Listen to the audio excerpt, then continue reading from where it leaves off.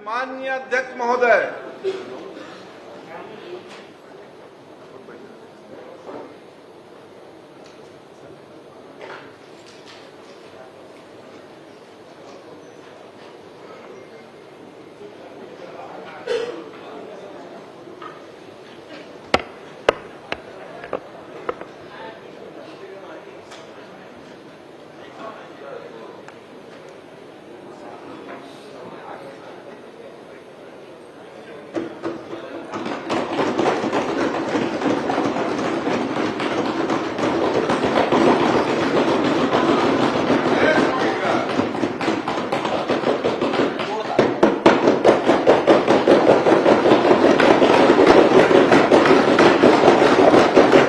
Seat सब खाली है अध्यक्ष महोदय। बजट अभी पेश नहीं हुआ है, पहले ही हौसला खो चुके हैं। बताइए, सब खाली। बुलवाइए बुलवाइए।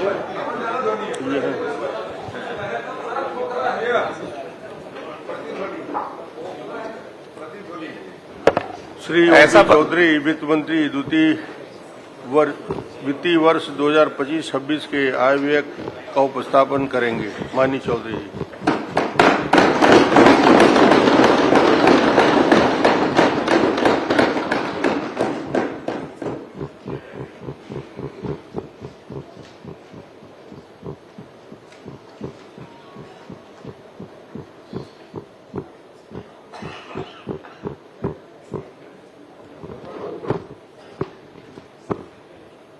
माननीय अध्यक्ष महोदय, सबसे पहले मैं इस बार के इस जो स्पीच है उसके बारे में एक छोटी सी जानकारी आपके माध्यम से सदन को देना चाहता हूं कि हमारे विष्णुदेव साय जी के नेतृत्व में जो सरकार चल रही है उसके दो आयाम हैं अध्यक्ष महोदय, प्रमुख आयाम। एक अच्छी नीयत और दूसरी कर्मठता। उसी कर्मठता से प्रेरित होकर अध्यक्ष महोदय इस बार का बजट भाषण मैंने खुद अपने हाथ से अपने हैंडराइटिंग से लिखा है और उसी की प्रतिलिपि सभी सम्मानीय सदस्यों को उपलब्ध कराई है, मेरी हैंडराइटिंग वाली प्रति। अध्यक्ष माननीय अध्यक्ष महोदय, हमारे छत्तीसगढ़ के युवा प्रतिभा आशुतोष ने कहा है, कोई जो पूछे शौर्य का पर्याय तो तुम वीर नारायण गुंडाधुर की तलवार लिख देना। कोई जो पूछे शौर्य का पर्याय तो तुम वीर नारायण गुंडाधुर की तलवार लिख देना। कोई जो पूछे समानता का पर्याय तो तुम गुरु घासीदास महान लिख देना। कोई जो पूछे राम राम का पर्याय तो छत्तीसगढ़ी में जय जोहार लिख देना। और कोई जो पूछे चारों धाम का पर्याय तो तुम मेरे छत्तीसगढ़ का नाम लिख देना। अध्यक्ष महोदय, इसी छत्तीसगढ़ की भूमि में आधुनिक भारत के सांस्कृतिक अग्रदूत स्वामी विवेकानंद जी ने कलकत्ता के बाद अपना सर्वाधिक समय व्यतीत किया। इसी छत्तीसगढ़ की भूमि में रामगढ़ की पहाड़ियों में कालिदास जी ने प्रेम के प्रतीक मेघदूत की रचना की थी। इसी छत्तीसगढ़ की भूमि में मुकुटधर पांडे जी ने छायावाद की पहली कविता लिखी थी और माधवराव सप्रे जी ने हिंदी की पहली कहानी लिखी थी। इसी माटी की माता सबरी ने स्नेह और विश्वास निश्चल प्रेम ने तीनों लोक के अधिपति श्री राम को जूठे बेर खाने पर परम तृप्ति का अनुभव करा दिया था। मैं अपने ऐसे छत्तीसगढ़ की माटी को सबसे पहले प्रणाम करता हूं और इस महान छत्तीसगढ़ की 3 करोड़ महान जनता को भी नतमस्तक होकर राम राम करता हूं, जय जोहार करता हूं। अध्यक्ष महोदय, लोकतंत्र की बुनियाद है भरोसा। विश्वास ही लोकतंत्र का शोक स्तंभ है। पिछली सरकार ने लोकतंत्र किसी विश्वास की हत्या की थी, इसी विश्वास को चोट पहुंचाया था। छत्तीसगढ़ में लोकतंत्र के समक्ष उत्पन्न इसी भरोसे के संकट से पार पाकर हमारी सरकार ने मुख्यमंत्री श्री विष्णुदेव साय जी के नेतृत्व में अपने कार्यकाल के पहले साल को विश्वास वर्ष के रूप में स्थापित किया। अपने कार्यकाल के 1 वर्ष पूर्ण होने पर जनादेश पर्व मनाकर जनता के सामने अपना रिपोर्ट कार्ड प्रस्तुत करने की हिम्मत दिखाई। हमारी सरकार की इन्हीं ईमानदार प्रयासों के प्रति छत्तीसगढ़ की जनता जनार्दन ने बार बार आशीर्वाद देकर अपने अटूट विश्वास को जताया है। चाहे वह लोकसभा चुनाव का समय हो, उपचुनाव का अवसर हो या स्थानीय निकाय के चुनाव में एक तरफा मुहर लगाने की बात हो, छत्तीसगढ़ की जनता ने सारे रिकॉर्ड तोड़ दिए। अध्यक्ष महोदय, 10 में से 10 नगर निगमों में एक तरफा जीत दिलाई। ईवीएम का ईवीएम का बहाना बनाने वालों को मुहर लगाकर भी इस बार जनता ने जवाब दे दिया अध्यक्ष। वहीं दूसरी ओर पूरे देश की जनता को भी मैं धन्यवाद देना चाहूंगा, जिन्होंने नरेंद्र मोदी जी के प्रभावशाली और सशक्त नेतृत्व को अपना अटूट विश्वास रूपी आशीर्वाद प्रदान किया है। श्री नरेंद्र मोदी जी ने भारतीय राजनीति में बहुप्रचलित एंटी इनकम्बेंसी की अवधारणा को पूरी तरह से धराशायी कर दिया और भारतीय राजनीति और दुनिया के लोकतांत्रिक देशों को एक नया शब्द दिया, वो शब्द है प्रो इनकम्बेंसी का। मोदी जी देश के मात्र दूसरे ऐसे प्रधानमंत्री हैं जो प्रधानमंत्री के रूप में लगातार 3 बार शपथ लिए हैं। 2001 के बाद लगातार 24 वर्षों तक या तो वे राज्य के प्रमुख अर्थात मुख्यमंत्री रहे हैं या राष्ट्र के प्रमुख अर्थात प्रधानमंत्री के पद पर लगातार बने हुए हैं। 24 साल का समय हो गया अध्यक्ष महोदय। इसके अलावा हाल ही में हरियाणा, महाराष्ट्र एवं दिल्ली की सफलताएं मोदी जी के प्रति भारत के विभिन्न क्षेत्रों की जनता द्वारा प्रकट किए गए अटूट विश्वास की कहानी को लगातार दोहरा रहे हैं। इन दोनों इंजनों के बल पर विकसित भारत और विकसित छत्तीसगढ़ के लिए चल रहे विकास की गाड़ी को हाल के स्थानीय चुनावों में छत्तीसगढ़ में तीसरा इंजन मिल गया है और यह गाड़ी अब और तेज गति से दौड़ने को तैयार है। अध्यक्ष महोदय, हमारे छत्तीसगढ़ के जीवन काल की दृष्टि से यह वर्ष अत्यंत महत्वपूर्ण है। हमारा राज्य अपनी रजत जयंती वर्ष मना रहा है। सन 2000 में जन्म के बाद हमारा छत्तीसगढ़ युवावस्था में पहुंच गया है। 25 वर्ष की आयु किसी व्यक्ति, संस्था या राज्य के जीवन काल में सर्वाधिक ऊर्जा का समय होता है। आज हमारे राज्य के लोगों की औसत आयु भी मात्र 24 वर्ष ही है, जो देश के लोगों की औसत आयु 28 वर्ष से भी बहुत कम है। अध्यक्ष महोदय, इन 25 वर्षों में से 15 वर्ष छत्तीसगढ़ ने आपके नेतृत्व में तीव्र प्रगति की और अब हम मुख्यमंत्री श्री विष्णुदेव साय जी के नेतृत्व में प्रदेश को नई ऊंचाइयों तक ले जाने के लिए लगातार काम कर रहे हैं। अध्यक्ष महोदय, इन 25 वर्षों में हमने बहुत कुछ हासिल किया है। हमारे राज्य का जीडीपी वर्ष 2000 में मात्र 21,000 करोड़ रुपया था, अब हम 5 लाख करोड़ की जीडीपी को पार कर चुके हैं। प्रति व्यक्ति आय 10,000 रुपए से बढ़कर 1.5 लाख के पास पहुंच चुका है। विश्वविद्यालयों की संख्या को हमने 4 से बढ़ाकर 25 तक पहुंचाया है।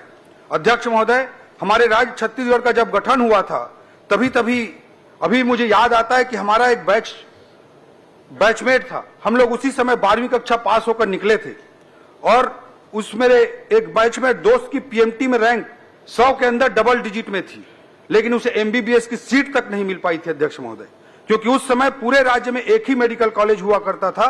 हमारी पार्टी की सरकारों के विशेष प्रयासों से अब मेडिकल कॉलेजों की संख्या 14 तक पहुंच चुकी है। अध्यक्ष महोदय, राष्ट्रीय राजमार्गों, राजकीय राजमार्गों और रेल लाइनों की लंबाई को भी हमने इन 25 सालों में डबल किया है। रायपुर में राज्य स्थापना के समय कुल 6 फ्लाइट ही आया करते थे, आज 76 फ्लाइट आते हैं। अध्यक्ष महोदय, उस समय बस्तर सरगुजा में एयरपोर्ट की बात कोई सोच भी नहीं सकता था, लेकिन मोदी जी की उड़ान योजना के कारण यह भी संभव हुआ। प्रदेश में कुल बैंक ब्रांच महज 1500 हुआ करते थे, अब ये बढ़कर 6,500 तक पहुंच गया है। 2 लाख शासकीय कर्मचारियों की संख्या को हमने इन 25 सालों में 4 लाख तक पहुंचाया है।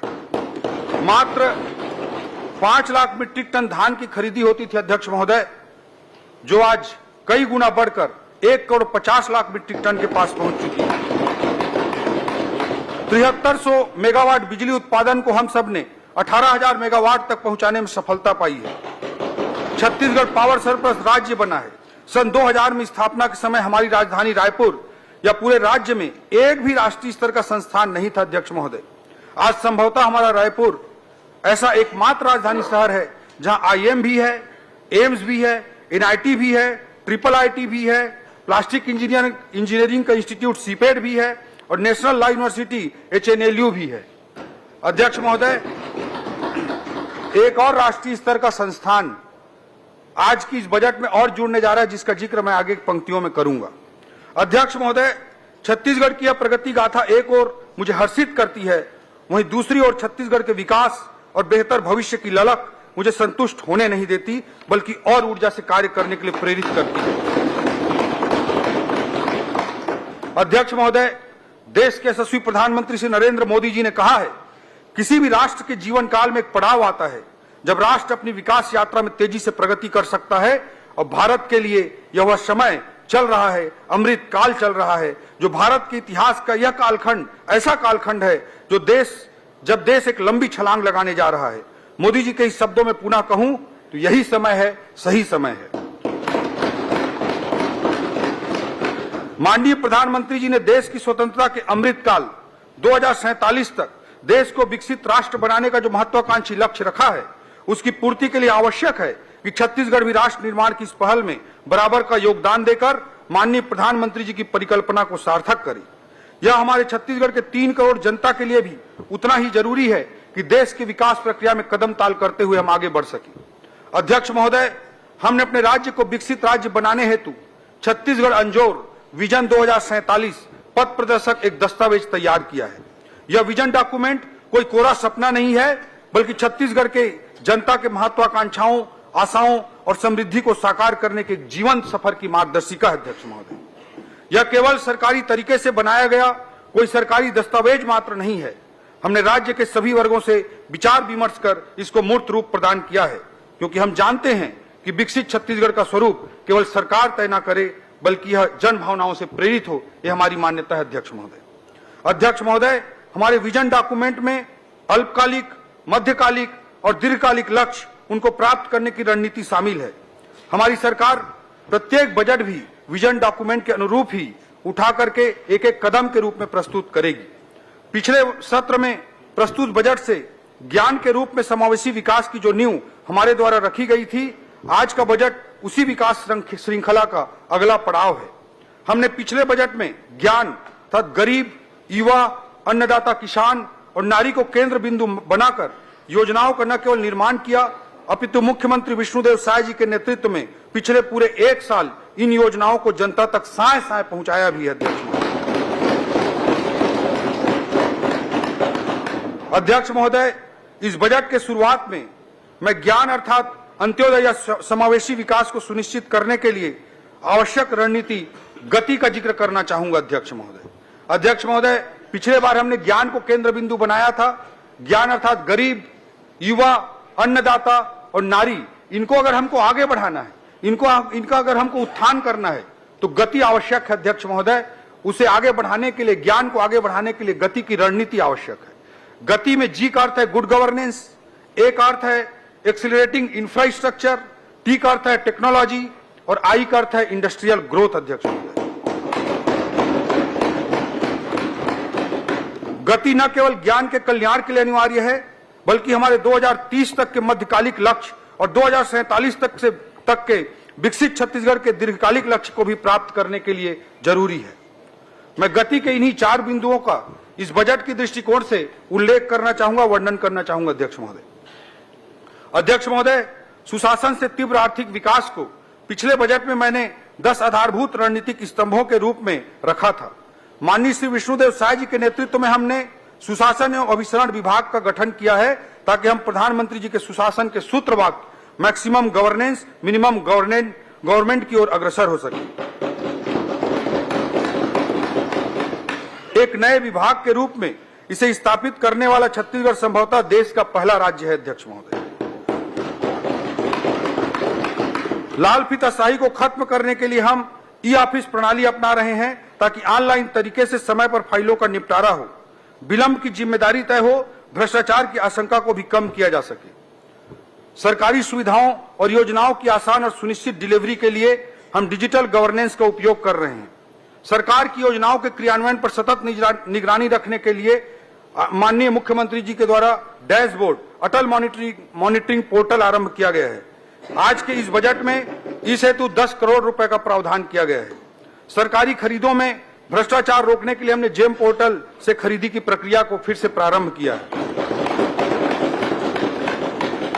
माननीय मुख्यमंत्री जी के नेतृत्व में हमारी सरकार छत्तीसगढ़ में ease of doing business EODB को बढ़ावा देने के लिए दृढ़ संकल्पित है। हमारे द्वारा प्रथम चरण में 20 विभागों के कुल 216 सुधारों को लागू करने का लक्ष्य रखा गया है। इस पूरी मुहिम, जिसे ब्रैप कहते हैं अध्यक्ष महोदय, बिजनेस रिफॉर्म एक्शन प्लान, का मूल उद्देश्य व्यवस्था में पारदर्शिता लाना तथा नियमों में सरलीकरण करके प्रक्रियाओं को आसान बनाना है। स्टाम्प और पंजीयन विभाग द्वारा सूचना प्रौद्योगिकी का बेहतर उपयोग करते हुए आम जनता को सुविधा प्रदान करने के लिए अनेक कदम उठाए जा रहे हैं। सुगम ऐप के माध्यम से फर्जी रजिस्ट्री को रोकने में मदद मिल रही है। अनेक प्रक्रियाओं को पेपरलेस और फेसलेस भी किया जा रहा है। पंजीयन के 20 मैदानी कार्यालयों को आदर्श उप पंजीयक कार्यालय बनाने के लिए इस बजट में 20 करोड़ का प्रावधान किया गया है।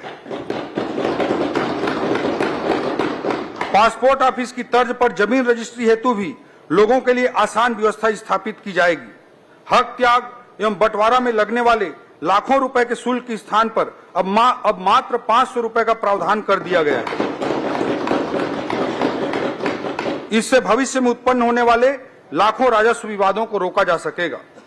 सरकारी विभागों की कार्यकुशलता बढ़ाने, डेटा प्रबंधन को सशक्त बनाने और डिजिटल नवाचार को प्रोत्साहित करने के लिए राज्य के उच्च तकनीकी शिक्षण संस्थानों के साथ मिलकर सीएम सुशासन फेलोशिप आरंभ करने का भी इस बजट में प्रावधान किया गया है।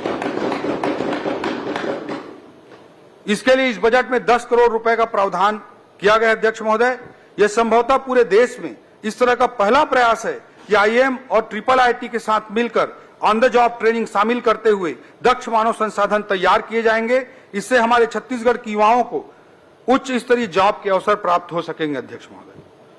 अध्यक्ष महोदय, मुख्यमंत्री हेल्पलाइन आधुनिक कॉल सेंटर की स्थापना के लिए बजट में 22 करोड़ रुपए का प्रावधान किया गया है। अध्यक्ष महोदय, पिछले एक वर्ष में एंटी करप्शन ब्यूरो द्वारा रिश्वत लेते शासकीय लोगों को 54 मामलों में रंगे हाथों पकड़कर अपराध दर्ज किया गया है। यह इस सरकार की भ्रष्टाचार के खिलाफ स्पष्ट और दृढ़ राजनीतिक इच्छा शक्ति को दर्शाता है। अध्यक्ष महोदय, हमारी सरकार की स्पष्ट सोच है कि किसी भी वस्तु या सेवा की आपूर्ति पश्चात यह सुनिश्चित हो कि क्रय की गई वस्तु या सेवा उच्च गुणवत्ता की हो तथा ठेकेदार, सप्लायर या सेवा प्रदाता को एक निश्चित समय सीमा में उनका भुगतान भी हो जाए। भुगतान के लिए उन्हें ऑफिसों के चक्कर न काटना पड़े। इससे सरकारी कामों में गुणवत्ता भी आएगी और भ्रष्टाचार भी कम होगा। अध्यक्ष महोदय, लोक सेवकों द्वारा उत्कृष्ट कार्य करने पर पीएम एक्सीलेंसी अवार्ड की तर्ज पर प्रदेश में भी एक अवार्ड स्थापित किया जा रहा है। इसके लिए इस बजट में 1 करोड़ रुपए का बजटीय प्रावधान किया गया है और पीएम एक्सीलेंसी अवार्ड की तरह राज्य में सीएम एक्सीलेंसी अवार्ड आने वाले समय में प्रदान किए जाएंगे। अध्यक्ष महोदय, भारत सरकार की एससीए अर्थात स्पेशल कैपिटल असिस्टेंस योजना अंतर्गत राज्य द्वारा किए जा रहे सुधारों, जो रिफॉर्म्स हैं, उनको हम केंद्र के अनुसार कर रहे हैं। जैसे भू अभिलेखों का डिजिटलीकरण, 15 वर्ष से अधिक पुराने शासकीय वाहनों की स्क्रैपिंग, औद्योगिक क्षेत्रों में भू उपयोग का उदारीकरण, पंजीयन प्रक्रिया का डिजिटाइजेशन, एसएनए स्पर्श व्यवस्था, ऐसे रिफॉर्म्स को हमने लागू किया है। और इन रिफॉर्म्स को लागू करने के एवज में भारत सरकार ने इस वर्ष इंसेंटिव के रूप में, पुरस्कार स्वरूप हमारी छत्तीसगढ़ सरकार को 6000 करोड़ रुपए से अधिक की राशि प्रदान की है। अध्यक्ष महोदय, पिछली सरकार में डीएमएफ भ्रष्टाचार का पर्याय बन गया था। माननीय मुख्यमंत्री जी के नेतृत्व में हमने दंतेवाड़ा में मेडिकल कॉलेज का निर्माण 250 करोड़ रुपए से अधिक की लागत से डीएमएफ से करने का निर्णय लिया है। अध्यक्ष महोदय, डीएमएफ के सदुपयोग के ऐसे अनेकों उदाहरण हम आने वाले वर्षों में और स्थापित करेंगे। आने वाले समय में डीएमएफ अंतर्गत किए गए कार्यों का सोशल ऑडिट भी सुनिश्चित किया जाएगा। अध्यक्ष महोदय, सुधारों का यह प्रारंभ है और यही सुधार हैं जिनके पायदान पर चढ़कर छत्तीसगढ़ अमृत काल के लक्ष्यों को प्राप्त करने के लिए तेजी से आगे बढ़ेगा। अध्यक्ष महोदय, गति के दूसरे बिंदु एक्सेलरेटिंग इंफ्रास्ट्रक्चर, अधोसंरचना को बढ़ावा देना, उस बिंदु पर मैं आना चाहता हूं। अध्यक्ष महोदय, अधिकाधिक पूंजीगत व्यय, मैक्सिमम कैपिटल एक्सपेंडिचर को भी मैंने अपने पिछले बजट में 10 में से एक आधार स्तंभ के रूप में उल्लेख किया था। पूर्व में मैंने आज हमारे राज्य के 25 वर्षों की उपलब्धियों का विस्तार से जिक्र किया है। छत्तीसगढ़ की उपलब्धियों का गौरवगान इस राज्य के निर्माता भारत रत्न श्रद्धेय अटल बिहारी वाजपेयी जी को स्मरण किए बिना अधूरा है। यह सुखद संयोग ही है कि इस वर्ष को हम अपने राज्य में राज्य के रजत जयंती वर्ष के रूप में मना रहे हैं। वहीं यह वर्ष अटल जी का जन्म शताब्दी वर्ष भी है। पिछली सरकार के द्वारा पैदा किए गए भरोसे के संकट के खंडहर पर हमने फिर से नवनिर्माण का संकल्प लिया है। यह न केवल भरोसे के निर्माण का संकल्प है, बल्कि छत्तीसगढ़ के निर्माण का भी संकल्प है। हमने इसलिए छत्तीसगढ़ में इस वर्ष को अटल निर्माण वर्ष के रूप में मनाने का निर्णय हमारे मुख्यमंत्री जी के नेतृत्व में लिया है। यह निर्माण इंफ्रा का निर्माण तो होगा ही, इस निर्माण का आशय सभी क्षेत्रों में नए अवसरों का भी नवनिर्माण है। अध्यक्ष महोदय, हमारी सरकार के पहले बजट में हमने पूंजीगत व्यय के लिए 22,300 करोड़ रुपए का प्रावधान किया था। इस क्रम को आगे बढ़ाते हुए इस बजट में रिकॉर्ड पूंजीगत व्यय के लिए 18% की रिकॉर्ड वृद्धि हमने की है और अब पूंजीगत व्यय 26,341 करोड़ रुपए का प्रावधान इस बजट में किया गया। यह कुल बजट का 16% हिस्सा है और पिछले वर्ष की तुलना में 18% अधिक है। पूंजीगत व्यय किसी भी अर्थव्यवस्था की रीढ़ होती है और शास्त्रियों का मानना है कि 1 रुपए के पूंजीगत व्यय से अर्थव्यवस्था में दीर्घकालिक रूप से 4 रुपए से अधिक का आर्थिक प्रभाव पड़ता है। पूंजीगत व्यय में वृद्धि के प्रयासों के फलस्वरूप भारत सरकार ने एससीए में जो हमको राशि दी है, केवल कैपिटल एक्सपेंडिचर में वृद्धि के कारण भारत सरकार ने इंसेंटिव के रूप में छत्तीसगढ़ को 1,051 करोड़ रुपए प्रोत्साहन स्वरूप प्रदान किए हैं। अध्यक्ष महोदय, मैं बताना चाहूंगा कि विगत कई वर्षों से सब इंजीनियरों की भर्ती नहीं होने के कारण सभी निर्माण विभागों जैसे पीडब्ल्यूडी, पीएचई, जल संसाधन आदि में इंजीनियरों की भारी कमी है। विगत 1 वर्ष में हमने 600 से अधिक इंजीनियरों की भर्ती की वित्तीय अनुमति दी है ताकि इन विभागों में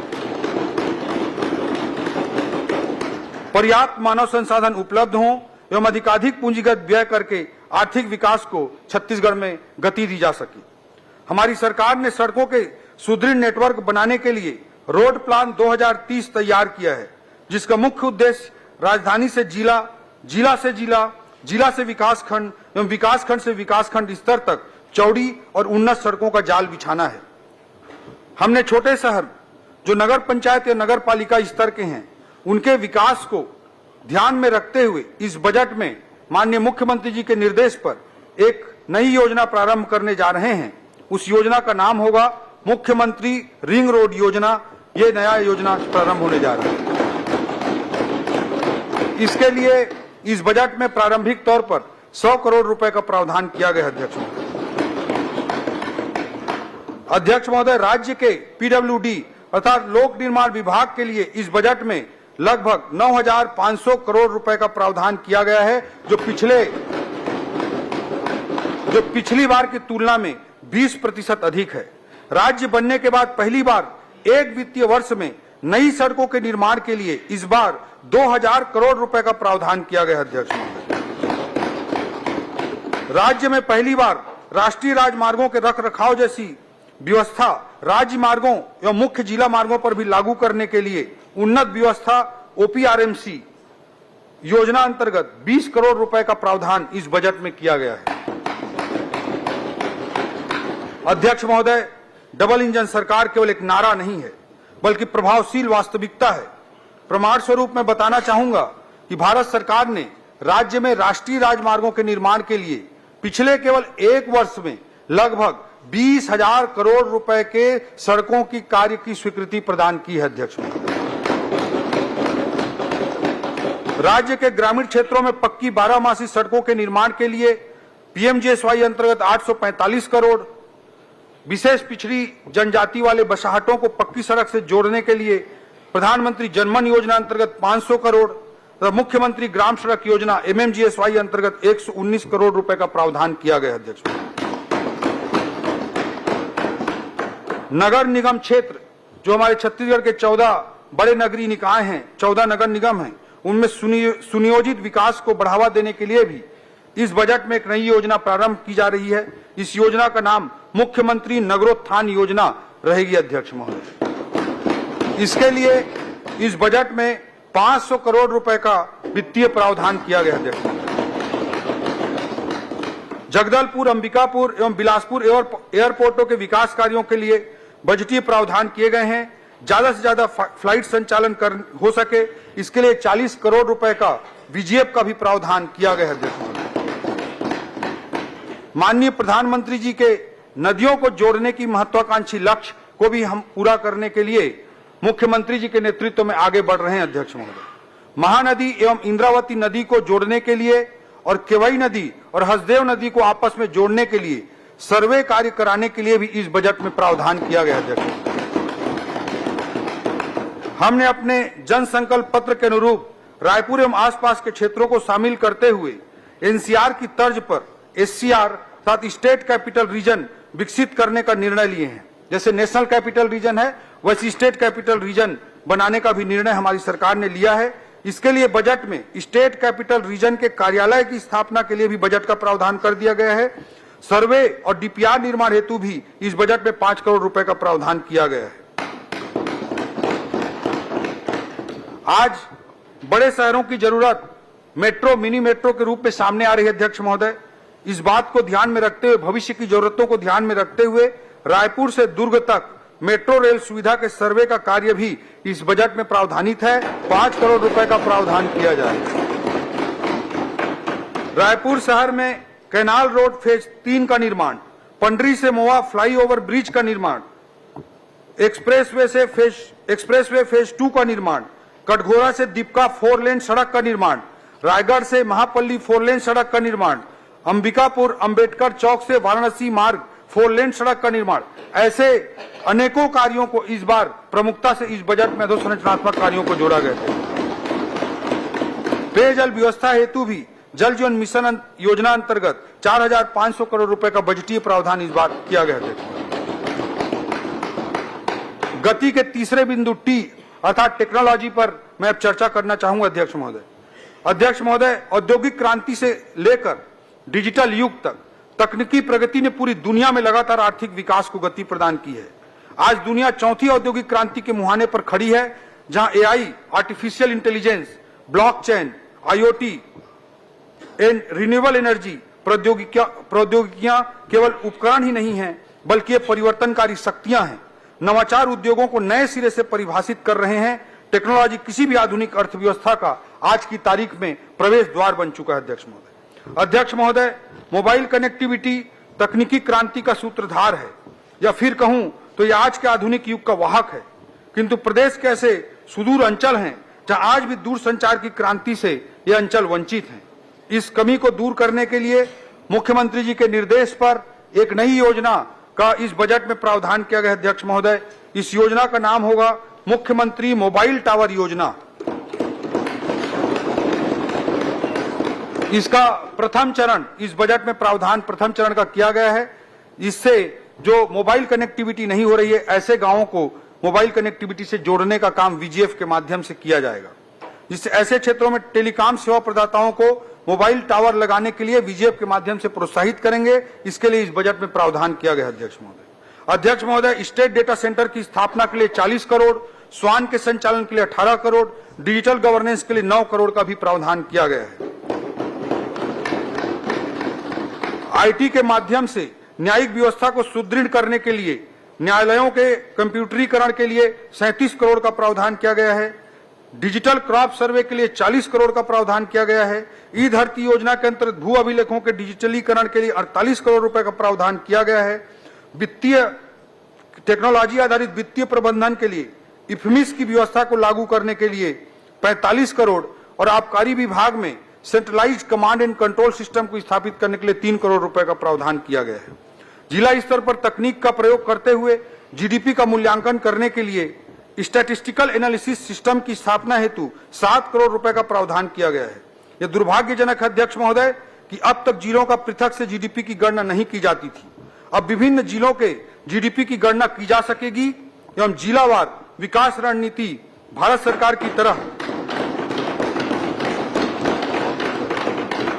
एस्पिरेशनल डिस्ट्रिक्ट आकांक्षी जिलों की तरह हम योजना बनाकर रणनीतिबद्ध ढंग से काम कर सकेंगे। नवाचारों को प्रोत्साहित करने तथा प्रशासन में इमर्जिंग टेक्नोलॉजी के उपयोग को बढ़ावा देने के लिए भी बजट में अलग से 5 करोड़ रुपए का प्रावधान किया गया है। अध्यक्ष महोदय, गति के चौथे बिंदु इंडस्ट्रियल ग्रोथ पर मैं आता हूं। अध्यक्ष महोदय, हमारे राज्य की आबादी की औसत आयु को देखते हुए एवं राज्य में ज्यादा से ज्यादा रोजगार सृजन करने के लिए राज्य की नई औद्योगिक नीति को माननीय मुख्यमंत्री जी की मंशानुरूप निवेश आधारित न बनाकर रोजगार सृजन पर केंद्रित बनाया गया है। अध्यक्ष महोदय, इसे सर्वसमावेशी बनाते हुए समाज के कमजोर वर्ग, महिला, नक्सल पीड़ित, नक्सल समर्पित और अग्निवीर जैसे विशेष समुदायों के लिए विशेष प्रावधान किए गए हैं।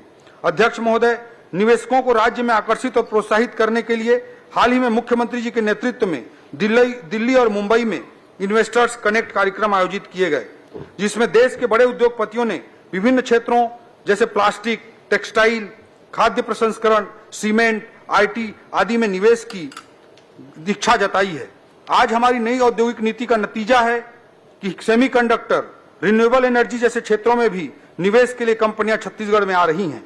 नवा रायपुर में फार्मास्यूटिकल पार्क तथा जांजगीर चांपा में स्मार्ट इंडस्ट्रियल पार्क का प्रावधान इसी वर्ष 195 करोड़ रुपए के लागत से किया गया है। नई औद्योगिक नीति को आकर्षक बनाने एवं इसके सफल क्रियान्वयन के लिए पूंजी अनुदान 700 करोड़ रुपया, ब्याज अनुदान 200 करोड़ रुपया और प्रतिपूर्ति अनुदान 100 करोड़ रुपया प्रावधान किया गया है। यह पिछले वर्षों के बजट की तुलना में लगभग 3 गुना अधिक है। अध्यक्ष महोदय,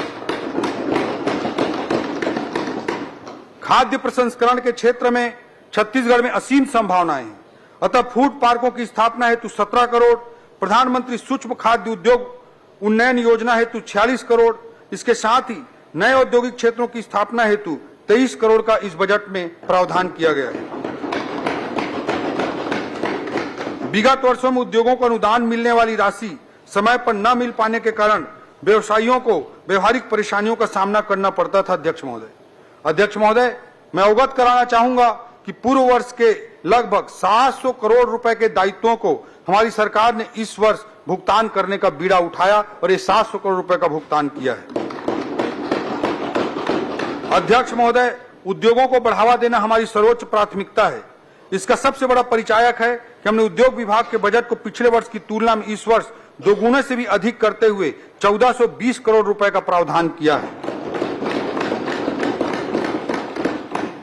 हमारी सरकार ने पर्यटन को भी उद्योग का दर्जा दिया है। हमारी मंशा है कि प्रदेश में मैन्युफैक्चरिंग के साथ साथ सर्विस सेक्टर में भी तेजी से ग्रोथ हो और हमारे राज्य के कोर उद्योगों के साथ साथ अन्य नए क्षेत्र जैसे pharmaceutical, textile, semiconductor, data centre जैसे क्षेत्रों में ज्यादा से ज्यादा रोजगार के संभावनाएं निर्मित हों। अध्यक्ष महोदय, छत्तीसगढ़ चेंबर ऑफ कॉमर्स को कार्यालय हेतु नवा रायपुर अटल नगर में रियायती दर पर भूमि आवंटन करने के लिए भी इस बजट में प्रावधान किया गया है। अध्यक्ष महोदय, जिला उद्योग कार्यालय राजनांदगांव, जगदलपुर, कोंडागांव, बालोद, महासमुंद और बिलासपुर में भवनों के निर्माण का भी इस बजट में प्रावधान किया गया है। अध्यक्ष महोदय, अब मैं इस वित्तीय वर्ष में जो आर्थिक स्थिति है उसके कुछ डाटा प्रस्तुत करना चाहूंगा। वर्ष 2024-25 के आर्थिक सर्वेक्षण के अनुसार स्थिर दर पर हमारे राज्य के जीएसडीपी सकल घरेलू उत्पाद में 7.51% की वृद्धि अनुमानित है। अध्यक्ष महोदय, इसी अवधि में देश के जीडीपी में 6.4% की वृद्धि अनुमानित है। देश का राष्ट्रीय औसत का वृद्धि 6.4% का है और हमारे राज्य का 7.51% का वृद्धि हो रही है। यह स्पष्ट रूप से दर्शाता है कि हमारा राज्य अधिक प्रभावशाली और उत्कृष्ट प्रदर्शन करते हुए अधिक तीव्रता से आगे बढ़ रहा है। प्रचलित दर पर राज्य का जीएसडीपी 2023-24 में 5,12,000 करोड़ अनुमानित था, जो वर्ष 2024-25 में बढ़कर 5,67,880 करोड़ रुपए अनुमानित है। इसमें लगभग 11% की वृद्धि अनुमानित है। वर्ष 2025-26 में भी 12% की वृद्धि के साथ राज्य का जीएसडीपी 6,35,918 करोड़ रुपए तक पहुंचने का आकलन किया गया है। अध्यक्ष महोदय, विभिन्न क्षेत्रों में हमारे राज्य का प्रदर्शन सराहनीय रहा है। वर्ष 2024-25 में स्थिर भाव पर कृषि क्षेत्र में हमारे राज्य का विकास दर 5.38% है, जबकि देश की औसत 3.76% है। औद्योगिक क्षेत्र में राष्ट्रीय वृद्धि की औसत 6.22% है, जबकि हमारे राज्य में 6.92% है। सेवा क्षेत्र में राष्ट्रीय औसत 7.22% की है और हमारे राज्य की 8.45% की अनुमानित है। यह तुलना दर्शाती है कि हमारे राज्य के सभी क्षेत्रों में राष्ट्रीय औसत से बेहतर प्रदर्शन हो रहा है। वर्ष 2023-24 में प्रति व्यक्ति आय 1,62,000 रुपए संभावित है, जो गत वर्ष की तुलना में 9.37% अधिक है। हमारे राज्य की प्रति व्यक्ति आय में भी वृद्धि राष्ट्रीय औसत वृद्धि से ज्यादा तेजी से हो रही है। आने वाले वर्षों में हम इसी गति को बनाए रखते हुए और भी ऊंचाइयों को छूने के लिए प्रतिबद्ध हैं। अध्यक्ष महोदय, मैं अब अलग अलग क्षेत्रों के बजटीय प्रावधानों के बारे में जिक्र करना चाहूंगा। सबसे पहले मैं संस्कृति क्षेत्र के विषयों पर बात करना चाहूंगा। अध्यक्ष महोदय, श्रद्धेय अटल जी ने कहा है, मैं शंकर का वह क्रोधानल, कर सकता जगती छार छार, डमरू की वह प्रलय ध्वनि हूं जिसमें नचता भीषण सहार, रणचंडी की अतृप्त प्यास, मैं दुर्गा का उन्मत्त हास, मैं यम की प्रलयंकर पुकार, जलते मरघट का धुआंधार, फिर अंतरतम की ज्वाला से जगती में आग लगा दूं मैं, यदि धधक उठे जलथल अंबर, जड़ चेतन तो कैसा विस्मय, हिंदू तन मन हिंदू जीवन, रग रग हिंदू मेरा परिचय।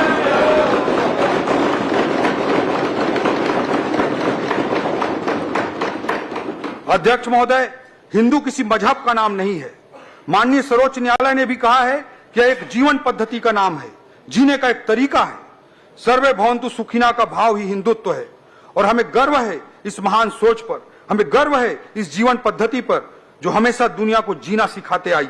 और आज पूरी दुनिया को यह वर्ल्ड ऑर्डर और पीस तथा विश्व व्यवस्था और शांति की गारंटी अगर कोई दे सकता है तो हिंदू की विचारधारा दे सकती है। अध्यक्ष महोदय, दीनदयाल उपाध्याय जी का सांस्कृतिक राष्ट्रवाद इस हिंदुत्व का अनिवार्य हिस्सा है। सांस्कृतिक राष्ट्रवाद भी कोई अमूर्त अवधारणा नहीं है। अध्यक्ष महोदय, इसका सीधा अर्थ इतना ही है कि राष्ट्र का आधार संस्कृति होता है। पश्चिम केवल राज्य को परिभाषित करता है। अध्यक्ष महोदय, जीवंत राष्ट्र की परिकल्पना कभी पश्चिम की डिक्शनरी में नहीं हो सकती है। पश्चिम कहता है कि राज्य के 4 अंग होते हैं, जनसंख्या, क्षेत्रफल, सरकार और संप्रभुता। पश्चिम नहीं समझ सकता कि राष्ट्र का प्राण तत्व संस्कृति होता है। दुर्भाग्य से हमारी शिक्षा पद्धति भी अधिकांश अवसरों में यही पढ़ाते सिखाती आई। अध्यक्ष महोदय, यह हमारा दुर्भाग्य रहा। तीर्थराज प्रयाग के त्रिवेणी पर जो भारत दिखा ना, वही संस्कृति आधारित राष्ट्र है। प्रयागराज के त्रिवेणी से लेकर राजिम के त्रिवेणी तक, भगवान श्री राम के ननिहाल छत्तीसगढ़ में सुदूर सामरी से लेकर सुकमा तक हमारे भांचा राम के जो पद चिन्ह है, वही इस राष्ट्र की संस्कृति का प्राणवायु है। अध्यक्ष महोदय, हम राज्य में सांस्कृतिक पहचान और राष्ट्रीय जन जागरण के लिए लगातार प्रयासरत हैं। इन्हीं प्रयासों के तहत प्रयागराज में आयोजित महाकुंभ में हमने छत्तीसगढ़ पवेलियन की स्थापना की, जहां हमारे प्रदेश के श्रद्धालुओं के लिए रुकने खान पान की व्यवस्था की गई। राज्य के 1.25 लाख श्रद्धालुओं ने इस सुविधा का लाभ उठाया। अध्यक्ष महोदय, कुंभ मेला में इस बार माननीय राज्यपाल महोदय, माननीय मुख्यमंत्री जी के साथ साथ हमारे छत्तीसगढ़ के सभी सम्मानीय सांसद, मंत्री एवं विधायकगण ने आपके विशेष आमंत्रण को स्वीकार किया। अध्यक्ष महोदय, और पवित्र संगम के स्नान का सौभाग्य प्राप्त किया। अध्यक्ष महोदय, इसके लिए भी मैं आपको धन्यवाद देना चाहता हूं। पिछले साल अयोध्या में भव्य राम मंदिर की स्थापना के बाद से ही हम छत्तीसगढ़ के भांचा राम के भक्तों को रामलला के दर्शन कराने के लिए विशेष योजना चला रहे हैं, जिसके तहत अब तक 22,000 से अधिक श्रद्धालुओं को रामलला का दर्शन कराया जा चुका है। अगले वित्त वर्ष के लिए इस बजट में इस प्रयोजन के लिए 36 करोड़ रुपए का प्रावधान किया गया है। सभी धर्मों के आस्था के केंद्र बिंदु डोंगरगढ़ में 59 करोड़ की लागत से परिक्रमा पथ तथा मां बमलेश्वरी मंदिर के सामने वाई सेब का पुल 21 करोड़ रुपए की लागत से, इन दोनों कार्यों की स्वीकृति इस वित्तीय वर्ष में जारी की जा रही है। अध्यक्ष महोदय, हमारी सरकार चंपारण, सिरपुर जैसे अन्य धार्मिक स्थलों के विकास को भी सुनिश्चित करने के लिए संकल्पित है। अध्यक्ष महोदय, छत्तीसगढ़ के बगियाला मिलजुल के सजाबो जी, हमर माटी हमर तीरथ है, अब राजिम कुंभ घलो नहाबो जी, एक छत्तीसगढ़ी व्यक्ति की भावना है। अध्यक्ष महोदय, अध्यक्ष महोदय, हमने राजिम कुंभ का सुंदर आयोजन फिर से प्रारंभ किया है और आज के इस बजट में अगले साल के आयोजन के लिए 8 करोड़ रुपए का वित्तीय प्रावधान भी रखा गया है। छत्तीसगढ़ के श्रद्धालुओं को सिंधु दर्शन और कैलाश मानसरोवर यात्रा पर जाने के लिए बजटीय प्रावधान भी इस बजट में किया गया है। अध्यक्ष महोदय, अध्यक्ष महोदय, पिछली सरकार ने तीर्थ यात्रा योजना को बंद कर दिया था। मैं बताना चाहूंगा कि इस योजना अंतर्गत लगभग 2.5 लाख हितग्राहियों ने हरिद्वार, पुरी, द्वारिका, श्रवण बेलगोला, सारनाथ, सबरीमाला, वैष्णो देवी, स्वर्ण मंदिर इत्यादि महत्वपूर्ण धार्मिक स्थानों की यात्रा की थी। पिछले बजट में हमने इस योजना को पुनः आरंभ किया और आज की इस बजट में इस योजना को, तीर्थ यात्रा योजना को चलाने के लिए 15 करोड़ रुपए के वित्तीय प्रावधान की घोषणा की। अध्यक्ष महोदय, हमारे छत्तीसगढ़ और छत्तीसगढ़ की स्थानीय संस्कृति के लिए हमारी प्रतिबद्धता अनवरत अटूट रही है। विपक्षी साथियों की सरकारों को छत्तीसगढ़ राज्य बनाने का अवसर दशकों तक मिला, लेकिन उन्होंने नहीं बनाया। अगर छत्तीसगढ़ किसी ने बनाया तो श्रद्धेय अटल जी ने बनाया। हमने छत्तीसगढ़ी को राजभाषा का दर्जा दिया। हमने छत्तीसगढ़ राजभाषा आयोग का गठन किया। हमारे छत्तीसगढ़ के महान विभूतियों के नाम पर हमने अनेक अलंकरण स्थापित किए। हमारे छत्तीसगढ़ के धरोहर पद्मश्री कवि सुरेंद्र दुबे जी ने लिखा, अध्यक्ष महोदय, धन्य धन्य ये धरती, धन्य धन्य ये धरती जिसमें कौशल्या ने जन्म लिया, सीता का वनवास हुआ तो इस माटी ने शरण दिया। धन्य धन्य ये धरती जिसमें कौशल्या ने जन्म लिया, सीता का वनवास हुआ तो इस माटी ने शरण दिया। ये दक्षिण कौशल कुशावर्त सिरपुर इसकी राजधानी थी, कलचुरियों ने राज किया था, इसकी एक कहानी थी। ये वाल्मीकि की तपोभूमि, ये वाल्मीकि की तपोभूमि तुरतुरिया गुण गाती है। दोनों हाथ उठाकर बोलो, छत्तीसगढ़ की माटी है।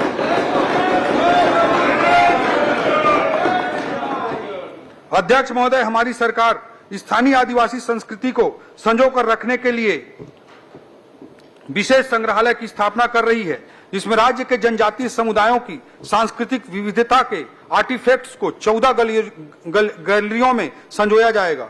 इसके साथ साथ शहीद बी नारायण सिंह आदिवासी स्वतंत्रता संग्राम सेनानी संग्रहालय के निर्माण को भी स्वीकृति प्रदान किया गया है। इसमें राज्य सरकार द्वारा 11 करोड़ रुपए की राशि लगाई जाएगी। हमारा प्रयास है यह दोनों संग्रहालय इस वर्ष प्रारंभ हो जाएं। इसके अलावा अनुसूचित जनजातियों के श्रद्धा एवं पूजा स्थलों के अखड़ा विकास के परिरक्षण एवं संवर्धन हेतु बजट में 2 करोड़ 50 लाख रुपए का प्रावधान किया गया है। जनजाति गौरव दिवस, कर्मा महोत्सव, इनका आयोजन किया जाएगा। इसके लिए बृहद बजटीय प्रावधान इस बजट में किए गए हैं। स्थानीय कलाकारों को प्रोत्साहन हेतु अनेक बजटीय प्रावधान है। पर्यटन विभाग द्वारा नवा रायपुर में फिल्म सिटी का निर्माण किया जा रहा है। इससे भी स्थानीय फिल्म और संस्कृति को बढ़ावा मिलेगा। छत्तीसगढ़ की इतिहास, पुरातत्व और संस्कृति से दुनिया को रूबरू कराने के लिए निर्माणाधीन विधानसभा में एक कला दीर्घ का भी विकास किया जा रहा है। इसके लिए मैं आपको विशेष रूप से धन्यवाद देता हूं। जनजातीय समुदायों के आस्था के केंद्र देवगुड़ी के मरम्मत एवं विकास एवं संस्कृति के परिरक्षण एवं विकास हेतु 11 करोड़ 50 लाख रुपए का प्रावधान इस बजट में किया गया है।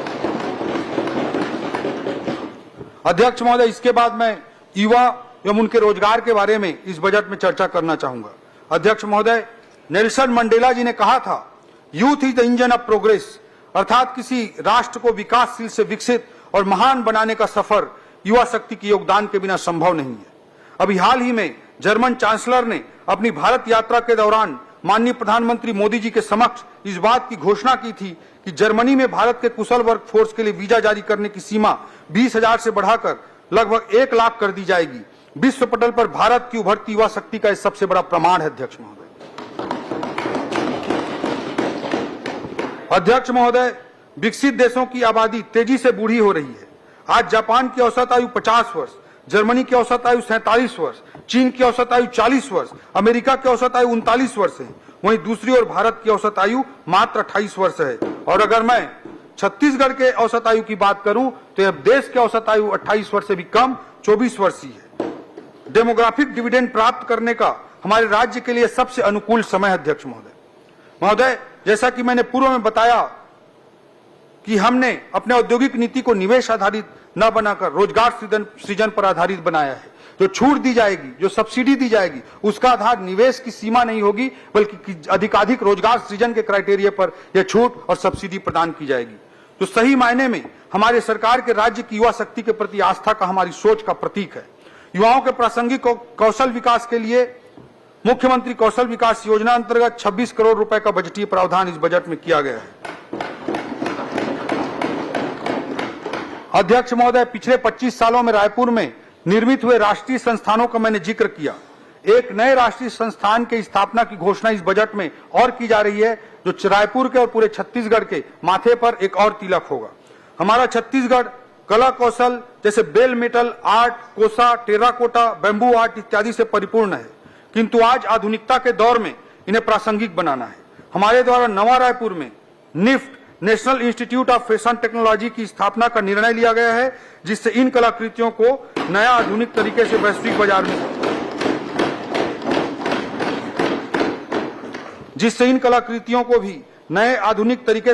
बाजार में नए अवसरों का सृजन किया जा सकेगा।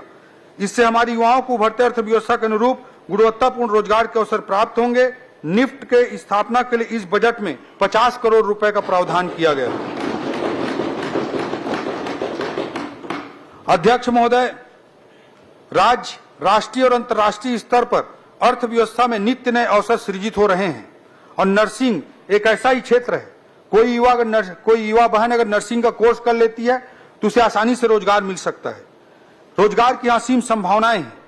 देश की आजादी के बाद से लेकर आज तक हमारे छत्तीसगढ़ में आज तक कुल 8 शासकीय नर्सिंग कॉलेज स्थापित हुए थे। नर्सिंग क्षेत्र की संभावनाओं को ध्यान में रखते हुए हमारे मुख्यमंत्री जी के निर्देश पर इस बार इसी बजट में 12 अतिरिक्त नर्सिंग कॉलेज की स्थापना का निर्णय लिया गया है। अब नर्सिंग कॉलेजों की संख्या हमारे छत्तीसगढ़ में 8 से बढ़कर 20 हो जाएगी। अध्यक्ष महोदय, ये 12 नर्सिंग कॉलेज जो स्थापित हो रहे हैं उनमें बलरामपुर में स्थापित हो रहा है, दंतेवाड़ा में स्थापित हो रहा है, जांजगीर चांपा जिले में स्थापित होगा, बीजापुर, कुरुद, जसपुर, नवा रायपुर, बैकुंठपुर, पुसौर, कांकेर, कोरबा और महासमुंद में ये स्थापित किए जाएंगे। इसके लिए 34 करोड़ रुपए का बजटीय प्रावधान किया गया है। ऐसा ही क्षेत्र फिजियोथेरेपी का क्षेत्र भी नया क्षेत्र के रूप में उभर रहा है। अध्यक्ष महोदय, छत्तीसगढ़ राज्य की स्थापना या हम कहें आजादी के बाद से आज तक छत्तीसगढ़ में सरकारी केवल एक फिजियोथेरेपी कॉलेज स्थापित है। इस बजट में एक साथ 6 नए फिजियोथेरेपी कॉलेज की स्थापना का निर्णय आदरणीय मुख्यमंत्री जी के निर्देश पर हमने लिया है। ये 6 फिजियोथेरेपी कॉलेज स्थापित किए जाएंगे बिलासपुर में, दुर्ग में, जगदलपुर में, जसपुर में, रायगढ़ में और मनेन्द्रगढ़ में। अध्यक्ष महोदय, इस योजना के क्रियान्वयन के लिए 6 करोड़ रुपए का बजटीय प्रावधान किया गया है। अध्यक्ष महोदय, प्रदेश के औद्योगिक प्रशिक्षण संस्थान, ITI एवं पॉलिटेक्निक कॉलेजों के कोर्स उनकी वर्तमान जरूरतों के अनुरूप नहीं बन पाए हैं।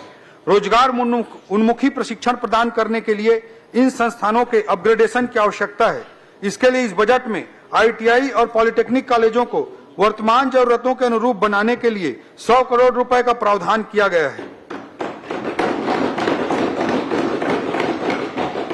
कुस्तुरा तहसील दुलदुला जिला जसपुर में नई ITI के लिए बजटीय प्रावधान किया गया है।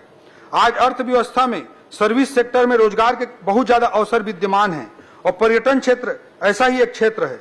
बस्तर जिले के कांगेर घाटी नेशनल पार्क में स्थित धुड़माराज गांव को यूनाइटेड नेशंस के वर्ल्ड टूरिज्म ऑर्गेनाइजेशन के द्वारा बेस्ट टूरिज्म विलेज के रूप में चयनित किया गया है। जसपुर के मधेश्वर पहाड़ को golden book of world record द्वारा विश्व का सबसे बड़ा प्राकृतिक शिवलिंग माना गया है। इन उपलब्धियों से प्रेरित होकर एवं रोजगार की असीम संभावनाओं को देखते हुए मुख्यमंत्री जी के निर्देश पर इस बजट में होम स्टे पॉलिसी के लिए भी बजटीय प्रावधान किया गया है, जिसका विशेष फोकस बस्तर और सरगुजा क्षेत्र होगा। इसके लिए बजट में 5 करोड़ रुपए का प्रावधान किया गया है।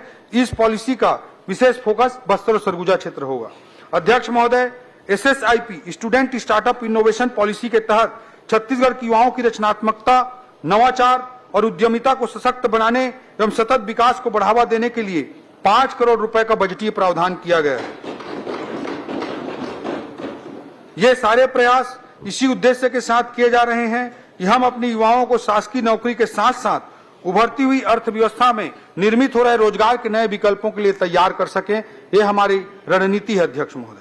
अध्यक्ष महोदय, हमारे आदरणीय मुख्यमंत्री जी के मार्गदर्शन में 20 विभागों में पिछले 1 वर्ष में 10,000 से अधिक भर्तियों की स्वीकृति वर्तमान वित्तीय वर्ष में दी गई है।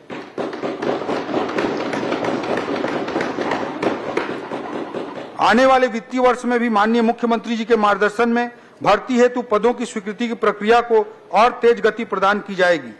मुख्यमंत्री जी के मार्गदर्शन में स्कूलों के शिक्षकों एवं कॉलेजों के शैक्षणिक पदों की भर्ती के प्रथम चरण की स्वीकृति भी इस वित्तीय वर्ष में प्रदान की जाएगी। अध्यक्ष महोदय, खेल प्रोत्साहन। अध्यक्ष महोदय, हमारी सरकार पूरे प्रदेश में खेल प्रोत्साहन के लिए छत्तीसगढ़ क्रीड़ा प्रोत्साहन योजना लेकर आई है। अनेक प्रावधानों में से विशेष रूप से मैं उल्लेख करना चाहूंगा कि सरगुजा एवं दुर्ग संभाग में संभाग स्तरीय बहुउद्देशीय स्टेडियम निर्माण का प्रावधान 10 करोड़ रुपए का प्रावधान इस बजट में किया गया है। सारंगगढ़ बिलाईगढ़ जिला, सूरजपुर जिला, मनेन्द्रगढ़ चिरमिरी भरतपुर जिला, मुंगेली जिला, शक्ति जिला, गरियाबंद जिला, महासमुंद जिला, बेमेतरा, कांकेर एवं बिलासपुर जिले में बहुउद्देशीय स्टेडियम निर्माण हेतु 15 करोड़ रुपए का बजटीय प्रावधान किया गया है। कुरुद, धमतरी और बलौदा बाजार के सुहेला में इंडोर हॉल निर्माण का भी बजट में 5 करोड़ रुपए का प्रावधान किया गया है। जसपुर में फुटबॉल स्टेडियम, बैडमिंटन कोर्ट और मिनी स्टेडियम तथा इंडोर हॉल निर्माण हेतु 5 करोड़ रुपए के भी प्रावधान किए गए हैं। ऐसे अनेक खेल को बढ़ावा देने के लिए बजटीय प्रावधान इस बजट में शामिल है। अध्यक्ष महोदय, नगरीय विकास की दृष्टि से मैं बताना चाहूंगा कि किसी भी अर्थव्यवस्था की उत्तरोत्तर वृद्धि में नगरीय विकास उत्प्रेरक का कार्य करता है। आर्थिक विकास के साथ शहरों में आबादी का दबाव बढ़ता जाएगा।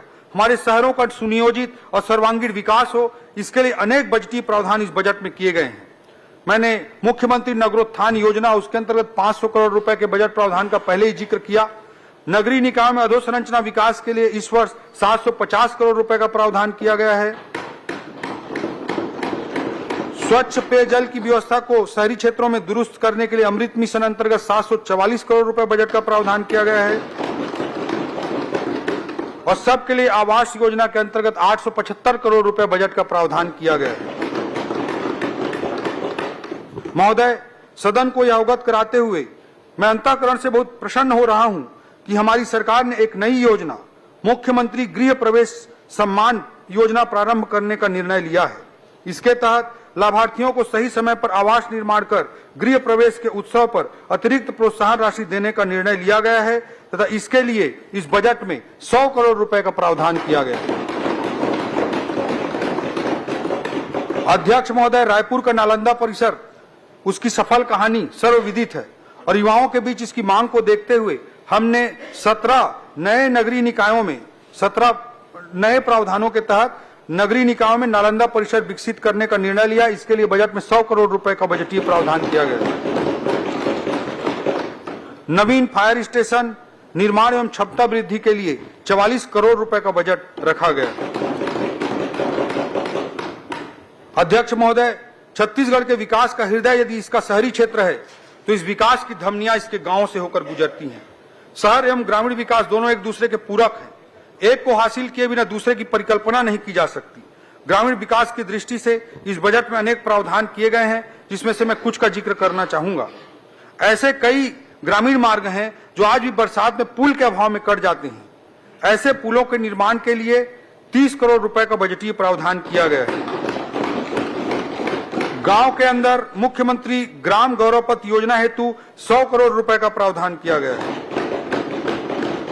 ग्राम पंचायतों में छोटे अधोसंरचनाओं के निर्माण के लिए समग्र विकास योजना अंतर्गत 200 करोड़ रुपए का प्रावधान किया गया है।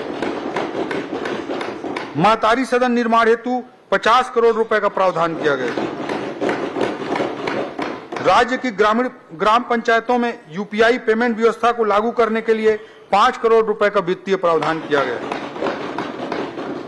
अध्यक्ष महोदय, पूर्ववर्ती सरकार को गरीबों की चिंता नहीं थी, उसका प्रमाण है कि राज्य सरकार द्वारा प्रधानमंत्री आवास योजना के लिए दिए जाने वाले राज्यांश को देने से मना कर दिया गया था, जिससे मेरे 18 लाख गरीब भाई बहन पक्के आवास से वंचित रह गए थे। किसी भी व्यक्ति के लिए मकान का महत्व क्या होता है, इसे किसी ने शब्दों में बयां किया है। कितना खौफ होता है शाम के अंधेरे में, कितना खौफ होता है शाम के अंधेरे में, पूछ उन परिंदों से जिनके घर नहीं होते।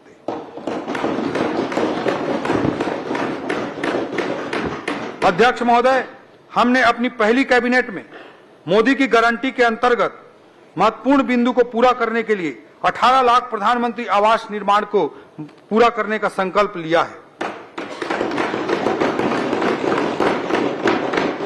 इस वर्ष हमारे द्वारा प्रधानमंत्री आवास योजना ग्रामीण के लिए 8,500 करोड़ रुपए का वित्तीय प्रावधान किया गया है। विशेष पिछड़ी जनजाति समूहों पीवीटीजीज के आवास निर्माण के लिए विशेष प्रावधान करते हुए 300 करोड़ रुपए की व्यवस्था की गई है। महोदय, यह बताते हुए मुझे हर्ष हो रहा है कि प्रधानमंत्री आवास के क्राइटेरिया में और सरलीकरण अब होने जा रहा है। जिसके पास 2 पहिया वाहन है, जिसके पास 2.5 एकड़ तक सिंचित जमीन है, 5 एकड़ तक असिंचित भूमि है या जिनकी आय 15,000 रुपए प्रति माह है, उनको भी अब प्रधानमंत्री आवास योजना ग्रामीण का लाभ मिलेगा।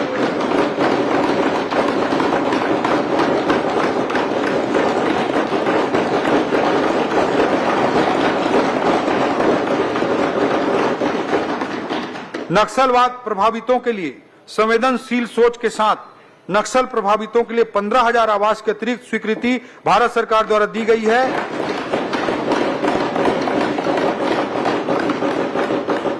जो डबल इंजन सरकार का परिचायक है।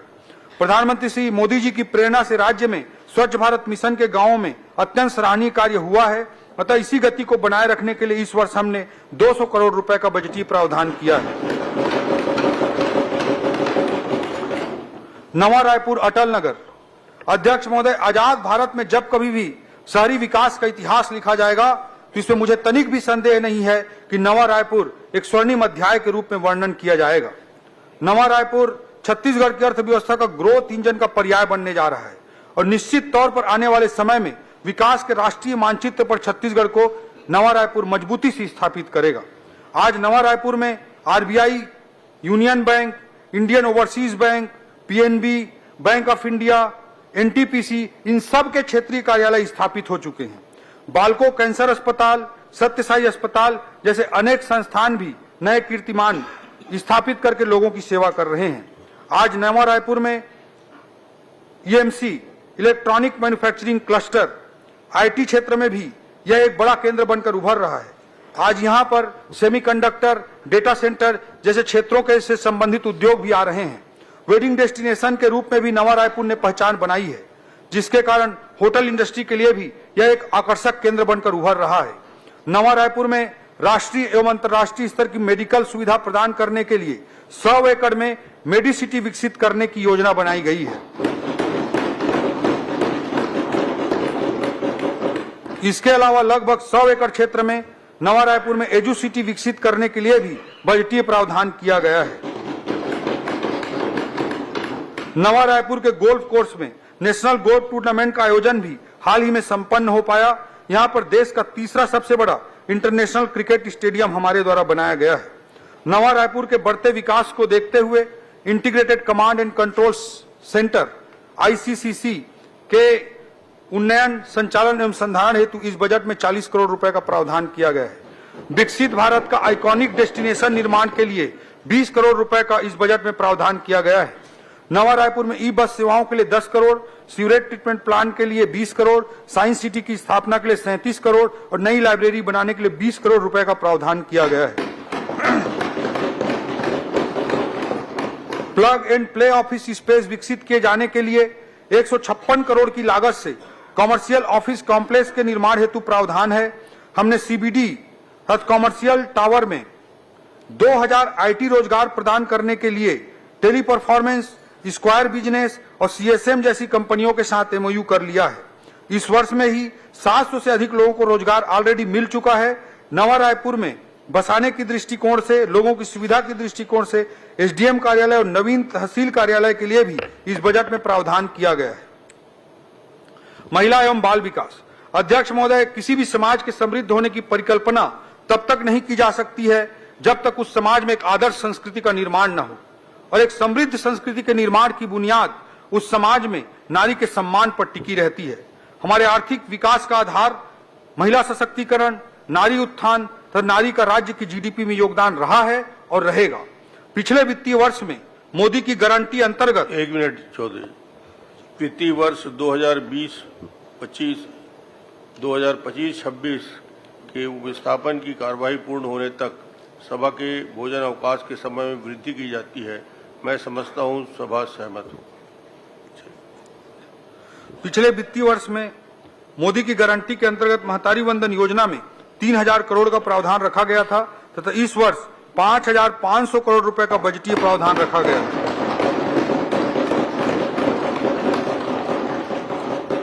महतारी वंदन योजना ने हमारे छत्तीसगढ़ की माताओं बहनों को आत्मसम्मान और स्वाभिमान दिया है।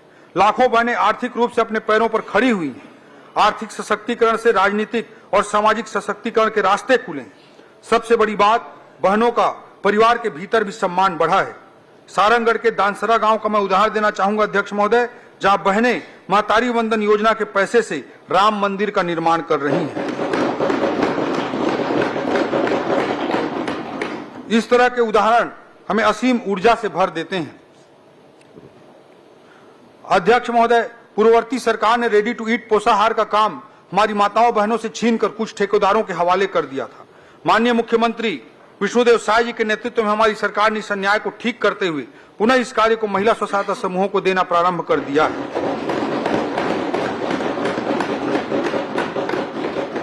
हमारे द्वारा प्रदेश में अभी तक 74,000 समूह सदस्यों को अलग अलग गतिविधियों से जोड़कर लखपति दीदी बनाया गया है।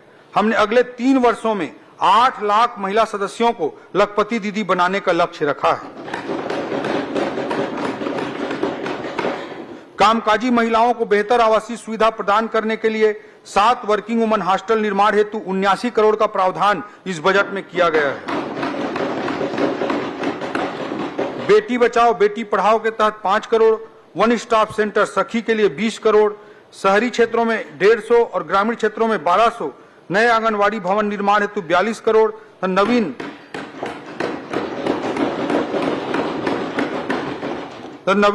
7 परियोजना कार्यालय निर्माण के लिए 3 करोड़ 16 लाख रुपए का बजटीय प्रावधान किया गया है। समाज कल्याण अध्यक्ष महोदय, हमने समाज में सभी वर्ग के लोगों के गरिमामय जीवन को सुनिश्चित करने के लिए अनेक बजटीय प्रावधान किए हैं। राष्ट्रीय वृद्धावस्था पेंशन के लिए 200 करोड़, सुखद सारा योजना के लिए 125 करोड़, वरिष्ठ नागरिक सहायता योजना के लिए 4 करोड़, दिव्यांगजनों के शैक्षणिक संस्थानों के लिए 30 crore, physical referral rehabilitation centre का उन्नयन एक आदर्श कृत्रिम अंग निर्माण केंद्र के रूप में करने के लिए 5 करोड़, जसपुर नगर में दिव्यांग बच्चों के लिए आदर्श आवासीय परिसर निर्माण हेतु 2.5 करोड़, माना कैंप रायपुर में दिव्यांगों के विशेष विद्यालय हेतु भवन निर्माण के लिए 5 करोड़, भारत माता वाहिनी अंतर्गत नशा मुक्ति केंद्र संचालन हेतु 10 करोड़ एवं थर्ड जेंडर समुदाय के लिए समानता आधारित अवसरों को सुनिश्चित करने के लिए भी बजटीय प्रावधान किए गए हैं। खाद्य सुरक्षा अध्यक्ष महोदय, आपके मुख्यमंत्री रहते हमारा राज्य देश का पहला राज्य था जिसने खाद्य सुरक्षा कानून लागू किया था।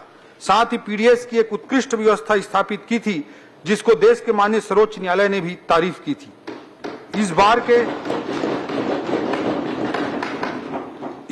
इस बजट में खाद्य सुरक्षा हेतु 5,326 करोड़ रुपए का प्रावधान किया गया है। शिक्षा अध्यक्ष महोदय, किसी भी राज्य या समाज का मूल आधार शिक्षा होती है, इसलिए हमने बजट में पर्याप्त शैक्षणिक प्रावधान किए हैं। नियमित शैक्षणिक प्रावधानों के अतिरिक्त पीएम श्री स्कूल योजना के लिए 277 करोड़, राष्ट्रीय जम्बूरी के आयोजन के लिए 10 करोड़, संचालनालय लोक शिक्षण के नवीन भवन के निर्माण के लिए 10 करोड़, रामकृष्ण आश्रम अबूझ मार्ग के लिए 10 करोड़, विभिन्न शालाओं के निर्माण हेतु 30 करोड़, 5 जिलों सरगुजा, बस्तर, बलरामपुर, रायगढ़ एवं जसपुर में साइंस पार्क की स्थापना के लिए 7 करोड़ 50 लाख, बस्तर एवं सरगुजा में मोबाइल साइंस लैब की स्थापना के लिए 3 करोड़ 50 लाख, महाविद्यालयों एवं विश्वविद्यालयों में शोध व नवाचार को बढ़ावा देने के लिए 3 करोड़, 25 महाविद्यालयों को आदर्श महाविद्यालय के रूप में स्थापित करने के लिए 75 करोड़, नवा रायपुर में नवीन महाविद्यालय के निर्माण के लिए 4.5 करोड़ एवं 10 महाविद्यालयों में छात्रावास पुनर्निर्माण के लिए भी बजटीय प्रावधान किया गया है। करडेगा जिला जसपुर में महाविद्यालय के निर्माण के लिए तथा 21 शासकीय महाविद्यालयों में भवन निर्माण के लिए 47 करोड़ रुपए का प्रावधान किया गया है। स्वास्थ्य अध्यक्ष महोदय, शहीद वीर नारायण सिंह आयुष्मान स्वास्थ्य योजना के तहत प्रदेश के 77,20,000 परिवारों को स्वास्थ्य सुरक्षा योजना प्रदान करने के लिए 1500 करोड़ रुपए का इस बजट में प्रावधान है। राष्ट्रीय स्वास्थ्य मिशन एनएचएम के लिए इस बजट में 1850 करोड़ रुपए का प्रावधान है। हमारे संकल्प पत्र के अनुसार विकास खंडों में सिकल सेल स्क्रीनिंग सेंटर की स्थापना हेतु प्रथम चरण में 50 विकास खंड हेतु बजटीय प्रावधान किया गया है। वरिष्ठ नागरिकों के स्वास्थ्य परीक्षण हेतु भी इस बजट में विशेष प्रावधान किए गए हैं। डॉक्टर भीमराव अंबेडकर चिकित्सालय रायपुर स्थित एडवांस कार्डियक इंस्टीट्यूट एशियाई के कार्डियोलॉजी विभाग का विस्तार किया जा रहा है। हमारे सरकार के विगत 1 वर्ष के प्रयास से यहाँ कार्डियक बाईपास भी प्रारंभ हो गया है। इसके विस्तार हेतु 10 करोड़ रुपए का बजट इस बजट में रखा गया है। निसंतान दंपतियों के लिए आईवीएफ तकनीक एक बड़ी उम्मीद बनकर उभरा है, लेकिन इसके महंगा होने की वजह से आर्थिक रूप से कमजोर दंपति इसका लाभ नहीं ले पाते। सरकारी स्थानों पे इस अत्याधुनिक चिकित्सा सुविधा की व्यवस्था नहीं रहती। इसका ध्यान रखते हुए निसंतान दंपतियों को लाभ पहुंचाने हेतु चिकित्सा महाविद्यालय रायपुर के स्त्री रोग विभाग में ART असिस्टेड रिप्रोडक्टिव टेक्नोलॉजी केंद्र स्थापित किया जाएगा। इस हेतु 10 करोड़ रुपए का बजटीय प्रावधान किया गया है। यह प्रदेश के शासकीय मेडिकल कॉलेज में पहली बार इस तरह के सेंटर की स्थापना होगी। मेकाहारा स्थित क्षेत्रीय कैंसर संस्थान विभाग वन्य विभाग हेतु प्रथम चरण में 20 करोड़ के चिकित्सा उपकरणों की व्यवस्था भी की जाएगी। हम अपने सरकारी अस्पतालों को हाईटेक बना रहे हैं। इसके लिए मेकाहारा में 28.5 करोड़ के 3 टेस्ला MRI मशीन, 26 करोड़ के 256 स्लाइस CT स्कैन मशीन लगाई जाएगी तथा महासमुंद चिकित्सा महाविद्यालय में 14 करोड़ की लागत से 128 स्लाइस CT स्कैन मशीन स्थापित की जाएगी।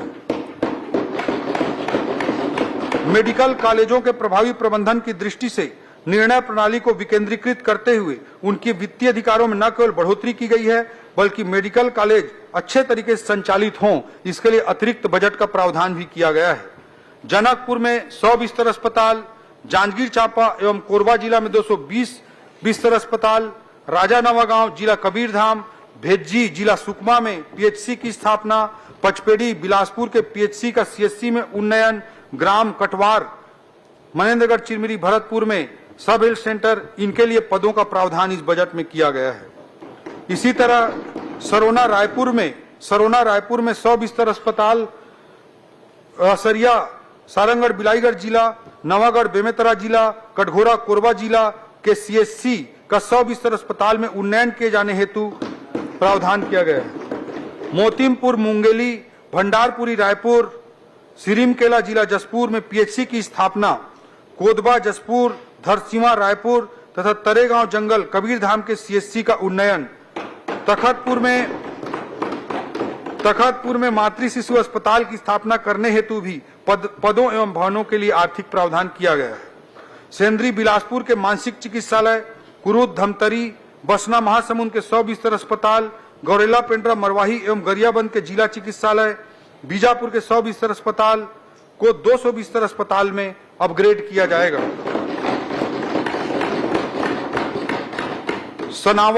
सनावल बलरामपुर जिला, पिपरिया कबीरधाम जिला, गिरौदपुरी बलौदा बाजार जिला, जरहागांव मुंगेली जिला में CHC हेतु ग्राम कोदवा गोडान कबीरधाम इस सब हेल्थ सेंटर के भवनों का निर्माण किए जाने हेतु आवश्यक प्रावधान किया गया है।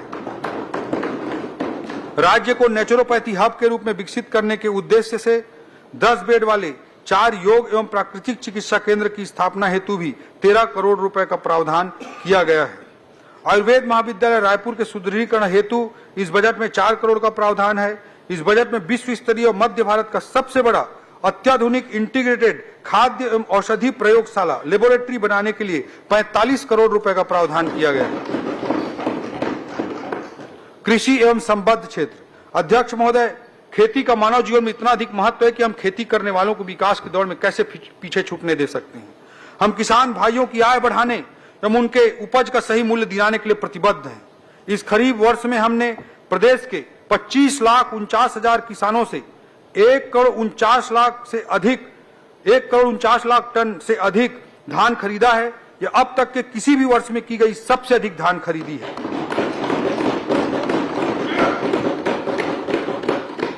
अध्यक्ष महोदय, जब से माननीय श्री विष्णुदेव साय जी के नेतृत्व में हमने कार्यभार संभाला है, प्रदेश के किसानों के खाते में विभिन्न योजनाओं के तहत लगभग 1 लाख करोड़ रुपए की राशि अंतरित की जा चुकी है।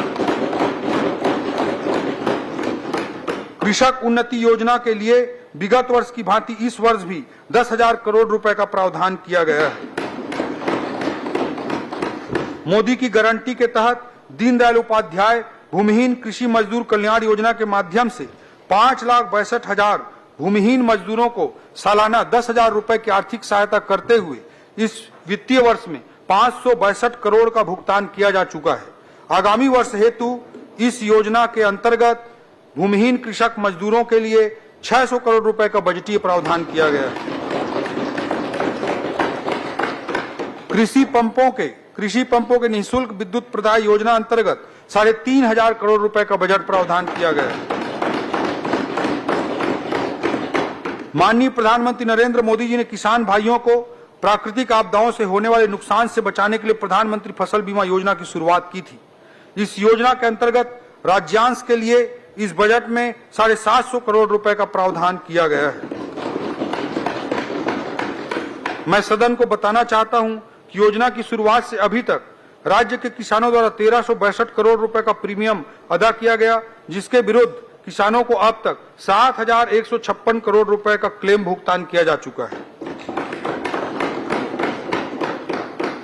इस वर्ष से प्रदेश में उत्पादित होने वाले दलहन और तिलहन के फसलों को समर्थन मूल्य पर सरकार द्वारा खरीदे जाने का निर्णय लिया गया है।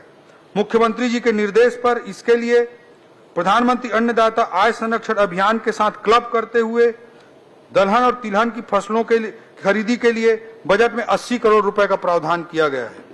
अनाज फसलों यथा धान, गेहूं, रागी, कोदो, कुटकी के साथ साथ दलहन तिलहन फसल के बीज उत्पादन एवं वितरण के लिए बजट में कृषक समग्र विकास योजना अंतर्गत 150 करोड़ रुपए का प्रावधान रखा गया है। हम आगामी वर्ष में राज्य में नैनो यूरिया और डीएपी को भी प्रोत्साहित करेंगे। ऑर्गेनिक खेती को बढ़ावा देने के लिए परंपरागत कृषि योजना के अंतर्गत 20 करोड़ रुपए का प्रावधान किया गया है। इसके साथ ही ऑर्गेनिक प्रमाणीकरण हेतु लगभग 24 करोड़ रुपए का प्रावधान किया गया है। एकीकृत वाटरशेड प्रबंधन कार्यक्रम अंतर्गत 200 करोड़, कृषि पंपों के ऊर्जीकरण के लिए 50 करोड़, गन्ना किसानों को बोनस प्रदान करने हेतु 60 करोड़ का प्रावधान किया गया है। अध्यक्ष महोदय, मुख्य कृषि के साथ साथ संबंधित गतिविधियां किसानों का आय बढ़ाने के लिए अत्यंत जरूरी हैं।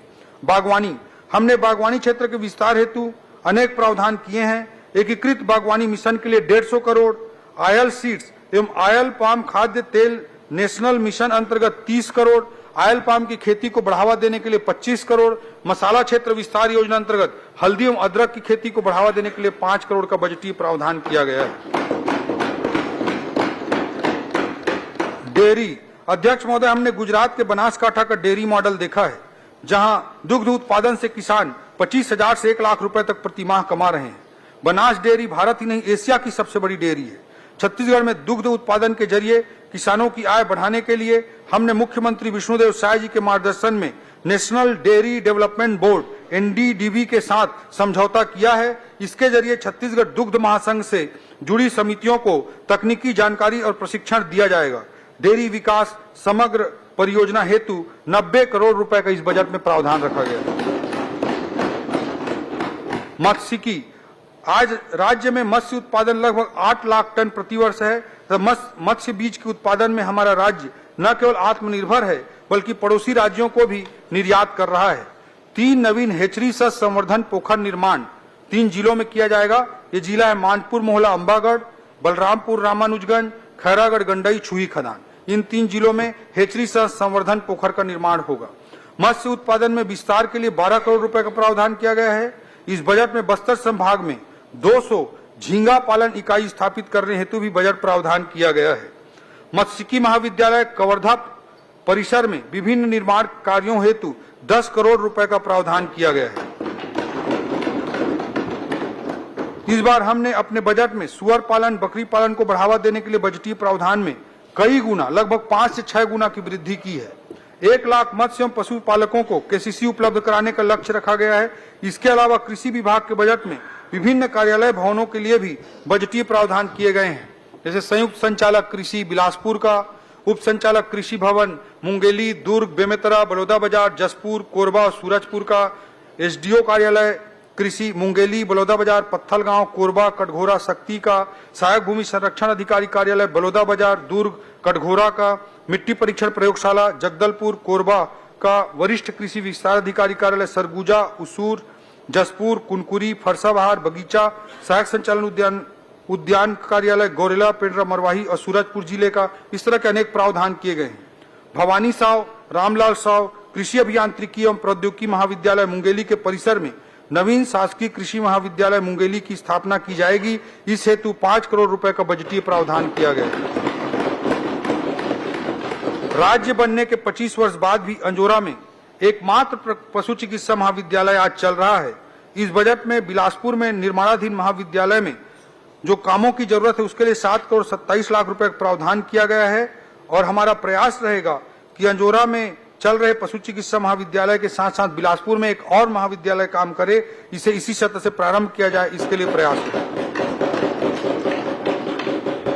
सहकारिता अंतर्गत माननीय केंद्रीय गृह एवं सहकारिता मंत्री श्री अमित शाह जी ने सहकार से समृद्धि का नारा दिया है।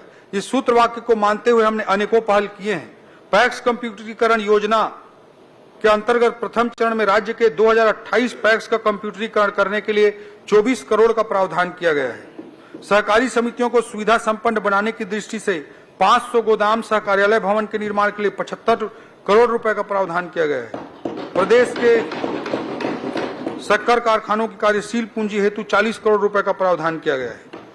जल संसाधन अध्यक्ष महोदय, राज्य में सुदृढ़ सिंचाई व्यवस्था कृषि विकास, खाद्य सुरक्षा एवं समृद्ध ग्रामीण अर्थव्यवस्था की बुनियाद है। प्रदेश में ऐसे सैकड़ों सिंचाई परियोजनाएं हैं जो विगत कई वर्षों से अपूर्ण हैं। इन परियोजनाओं को आगामी वर्षों में कार्य योजना बनाकर शीघ्र पूरा करने के उद्देश्य से हमने अटल सिंचाई योजना लागू करने का निर्णय लिया है, ताकि पुरानी सिंचाई योजनाएं समयबद्ध ढंग से पूरी की जा सके। इस पूरी कार्य अवधि में लगभग 5,000 करोड़ रुपए व्यय करके 1 लाख हेक्टेयर से अधिक क्षेत्र में सिंचाई क्षमता सृजित करने का साहसी लक्ष्य रखा गया है। सिंचाई परियोजनाओं के निर्माण एवं अनुरक्षण की दृष्टि से बजट में कुल 3,800 करोड़ रुपए का प्रावधान किया गया है, जो पिछले साल की तुलना में लगभग 20% ज्यादा है। वन अध्यक्ष महोदय, भारतीय वन सर्वे के अनुसार छत्तीसगढ़ राज्य ने वन क्षेत्र में सर्वाधिक वार्षिक वृद्धि दर्ज की है। हमारे राज्य के वन क्षेत्र न केवल पर्यावरण संतुलन की दृष्टि से महत्वपूर्ण है, बल्कि राज्य के आर्थिक और सामाजिक विकास के ताना बाना के धागा भी है। पिछली सरकार ने तेंदुपत्ता संग्रहण करने वाले आदिवासी भाई बहनों के प्रति असंवेदनशीलता का परिचय देते हुए चरण पादुका योजना बंद कर दी थी। हमारी जनहितैषी सरकार ने इस निर्णय को पलटते हुए चरण पादुका योजना को पुनः चालू किया। इसके लिए बजट में 50 करोड़ रुपए का प्रावधान रखा गया। हमारी सरकार ने सत्ता में आते ही हरा सोना के नाम से प्रसिद्ध तेंदुपत्ता के संग्रहण दर को 4,000 रुपए प्रति मानक बोरा से बढ़ाकर 5,500 रुपए प्रति मानक बोरा कर दिया। इसके लिए जो कमी होती है उसे पूरा करने के लिए 204 करोड़ रुपए का बजटीय प्रावधान इस बजट में किया गया है। राजमोहिनी देवी तेंदुपत्ता संग्राहक सामाजिक सुरक्षा योजना के संचालन हेतु 40 करोड़ रुपए का प्रावधान किया गया है। अध्यक्ष महोदय, अब मैं जनजातीय समुदायों के विकास पर चर्चा करूंगा। अध्यक्ष महोदय, आदिवासी समाज कला, संस्कृति, परंपरा में न केवल विविधता प्रदान करता है, बल्कि अनुभव एवं प्राकृतिक ज्ञान का भी एक अद्भुत भंडार है। राज्य के सामाजिक, आर्थिक एवं सांस्कृतिक विकास में सदियों से आदिवासी भाइयों का अविस्मरणीय योगदान रहा है। इस बजट के द्वारा हमने अपने जनजातीय समुदाय के विकास के लिए अनेक बजटीय प्रावधान किए हैं। जनजातीय क्षेत्रों में बुनियादी सुविधाओं और अधोसंरचना के विकास के लिए 221 करोड़ रुपए, धरती आबा जनजातीय ग्राम उत्कर्ष अभियान के लिए 30 करोड़ रुपए, प्रधानमंत्री जनजातीय उन्नत ग्राम अभियान योजना के अंतर्गत ऊर्जा विभाग को देने के लिए 50 करोड़ रुपए, पीएम जनमन के तहत विशेष पिछड़ी जनजाति समुदाय को सभी योजनाओं में सैचुरेट करने के लिए स्कूल शिक्षा विभाग की दृष्टि से 30 करोड़, ट्राइबल वेलफेयर विभाग की दृष्टि से 12 करोड़ और आवास निर्माण के लिए 300 करोड़ रुपए का प्रावधान रखा गया है। जिला बलरामपुर एवं राजनांदगांव में 500 सीटर प्रयास आवासीय विद्यालय की स्थापना हेतु 21 करोड़ 50 लाख रुपए का बजटीय प्रावधान किया गया है। अध्यक्ष महोदय, पिछले बजट में हमने 10 स्तंभों के रूप में एक स्तंभ बस्तर और सरगुजा की ओर देखो का भी जिक्र किया था। मैं बस्तर में किए जा रहे प्रयासों के संबंध में सदन के समक्ष आपके माध्यम से प्रस्तुत करना चाहूंगा। बस्तर में पहले एजुकेशन सिटी, पोटा केबिन, प्रयास विद्यालय, छूलो आसमान, लाइवलीहुड कॉलेज, नन्हे परिंदे जैसे इनोवेटिव प्रोजेक्ट चलाए गए, जिससे बस्तर की भावी पीढ़ी को भटक कर नक्सलवाद के चंगुल में फंसने से बचाया जा सके, ये प्रयास किया गया। बस्तर की युवा गोली, बंदूक, लैंडमाइन की बात करने के बजाय इन परियोजनाओं के कारण कागज, कलम, नीट और आईआईटी की बात करने लगे। बस्तर नक्सलगढ़ के जगह पर शिक्षा का गढ़ बनने लगा। लेकिन दुर्भाग्य की बात है अध्यक्ष महोदय कि अभी भी बाहर नक्सली परसेप्शन से हम बस्तर को बाहर नहीं निकाल पाए हैं। इस नकारात्मक परसेप्शन को तोड़ने के लिए हमें कड़ी मेहनत करनी होगी। भारत के सम्माननीय गृह मंत्री श्री अमित शाह जी के कुशल नेतृत्व में मार्च 2026 तक देश को नक्सलवाद से मुक्ति दिलाने का लक्ष्य रखा गया है।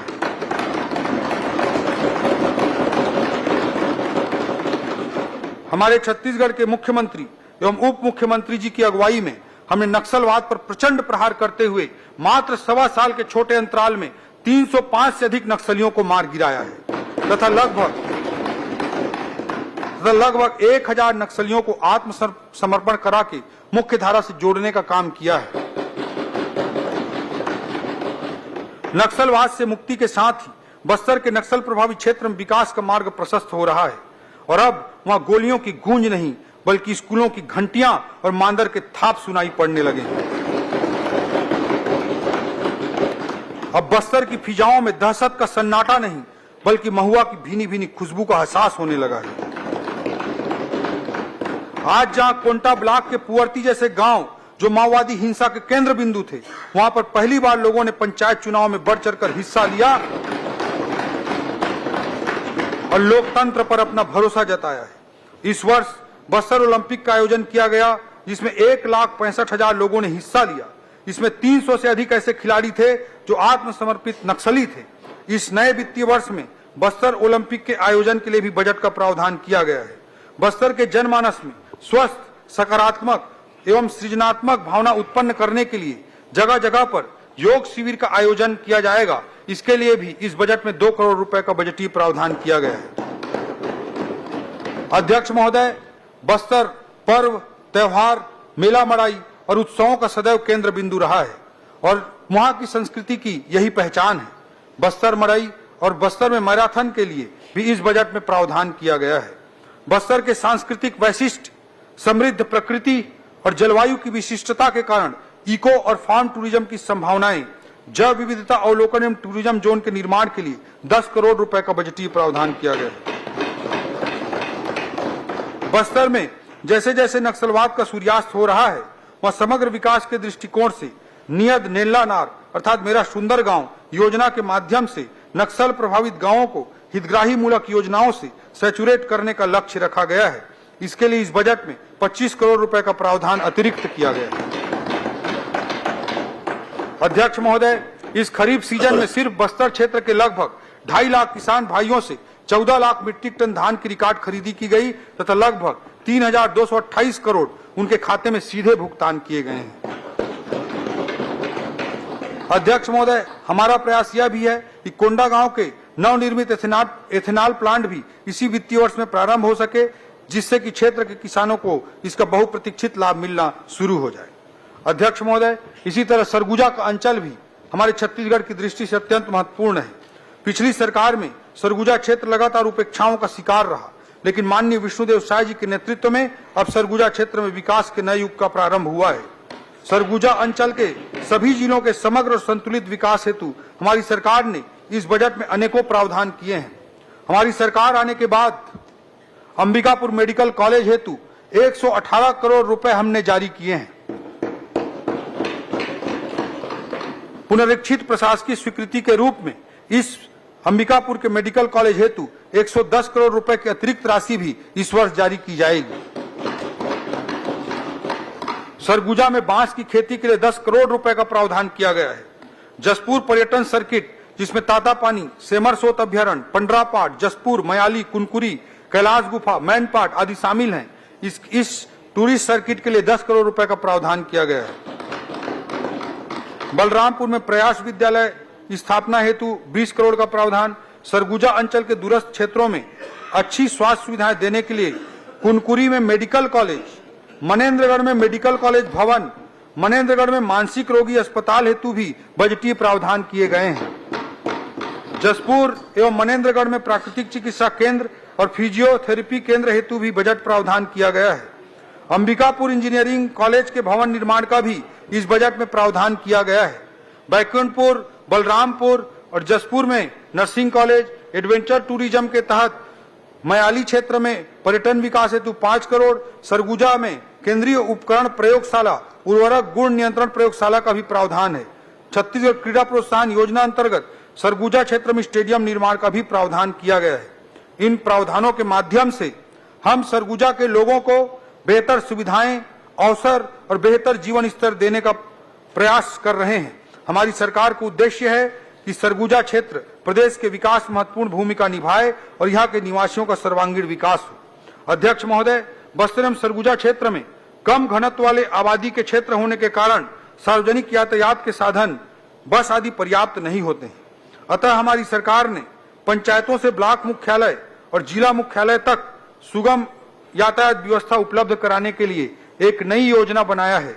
मुख्यमंत्री जी के निर्देशानुसार मुख्यमंत्री सुगम यातायात योजना का प्रावधान किया गया है। इसके लिए 25 करोड़ रुपए का बजटीय प्रावधान किया गया है। इसे ग्रामीण क्षेत्रों में निवासरत विद्यार्थी, शिक्षक, किसान, मजदूर, व्यवसायी जिन्हें अपने व्यवसायिक आवश्यकताओं, उत्पादों की बिक्री, उन्नत इलाज, पठन पाठन, तहसील कार्यालय, एसडीएम कार्यालय में काम करने के लिए जो जाना पड़ता है, उस आवागमन में उनको सीधी सुविधा होगी और इसका सीधा सीधा गरीब लोगों को लाभ मिलेगा। इसके अतिरिक्त बस्तर एवं सरगुजा प्राधिकरण के लिए भी 50-50 करोड़ रुपए का बजटीय प्रावधान किया गया है। अध्यक्ष महोदय, ऊर्जा अंतर्गत घरेलू उपभोक्ताओं को विद्युत देयकों में राहत योजना के अंतर्गत 1000 रुपए का बजटीय प्रावधान किया गया है। एकल बत्ती कनेक्शन का लाभ कुल 15,63,000 से अधिक हितग्राहियों को प्राप्त हो रहा है। इस योजना हेतु 500 करोड़ रुपए का बजटीय प्रावधान किया गया है। पीएम कुसुम योजना के क्रियान्वयन में पूर्ववर्ती सरकार का रवैया अत्यंत उदासीन रहा, जिसका खामियाजा छत्तीसगढ़ की जनता को भुगतना पड़ा। किंतु अब माननीय विष्णुदेव साय जी की सरकार ने इस योजना के क्रियान्वयन का निर्णय करते हुए 362 करोड़ रुपए का प्रावधान किया है। हाफ बिजली बिल से मुफ्त बिजली योजना हेतु भारत सरकार की पीएम सूर्य घर योजना अंतर्गत अतिरिक्त लाभ हितग्राहियों को देने के लिए बजट में 200 करोड़ रुपए का प्रावधान किया गया है। पीएम सूर्य घर मॉडल सोलर विलेज योजना के तहत प्रत्येक जिले में एक मॉडल सोलर विलेज बनाने हेतु 33 करोड़ रुपए का प्रावधान किया गया है। मुख्यमंत्री शहरी विद्युतीकरण हेतु 25 करोड़ रुपए का प्रावधान किया गया है। अध्यक्ष महोदय, राजस्व विभाग की दृष्टि से मैं कहना चाहूंगा कि राजस्व विभाग सीधे जनता से सरोकार रखता है एवं हमारी सरकार एक सुगम, सरल और पारदर्शी राजस्व प्रशासन स्थापित करने के लिए प्रतिबद्ध है। राजस्व न्यायालय की कार्रवाई की ऑनलाइन स्ट्रीमिंग के लिए 5 करोड़ रुपए का प्रावधान इस बजट में किया गया है। राजस्व अभिलेखों को कंप्यूटरीकरण कर पब्लिक डोमेन में उपलब्ध कराने के लिए 15 करोड़ रुपए का प्रावधान है।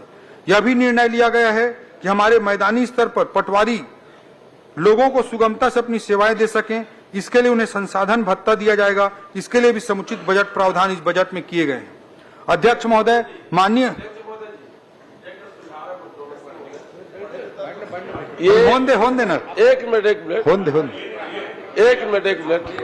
अध्यक्ष महोदय, माननीय मुख्यमंत्री विष्णुदेव साय जी के नेतृत्व में हमने अचल संपत्ति के अंतरण पर एक विशेष प्रावधान है, इसको सुने सभी लोग ध्यान से, मेरा रिक्वेस्ट है।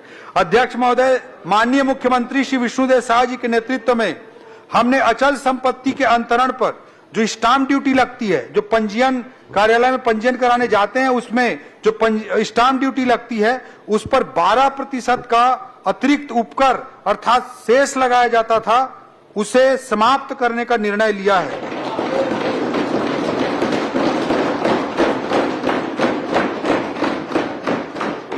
कानून व्यवस्था अंतर्गत अध्यक्ष महोदय, हमारे राज्य में कानून व्यवस्था चुस्त दुरुस्त करने, रिस्पॉन्सिबल एवं रिस्पॉन्सिव पुलिसिंग के लिए बजट में विशेष प्रावधान किए गए हैं।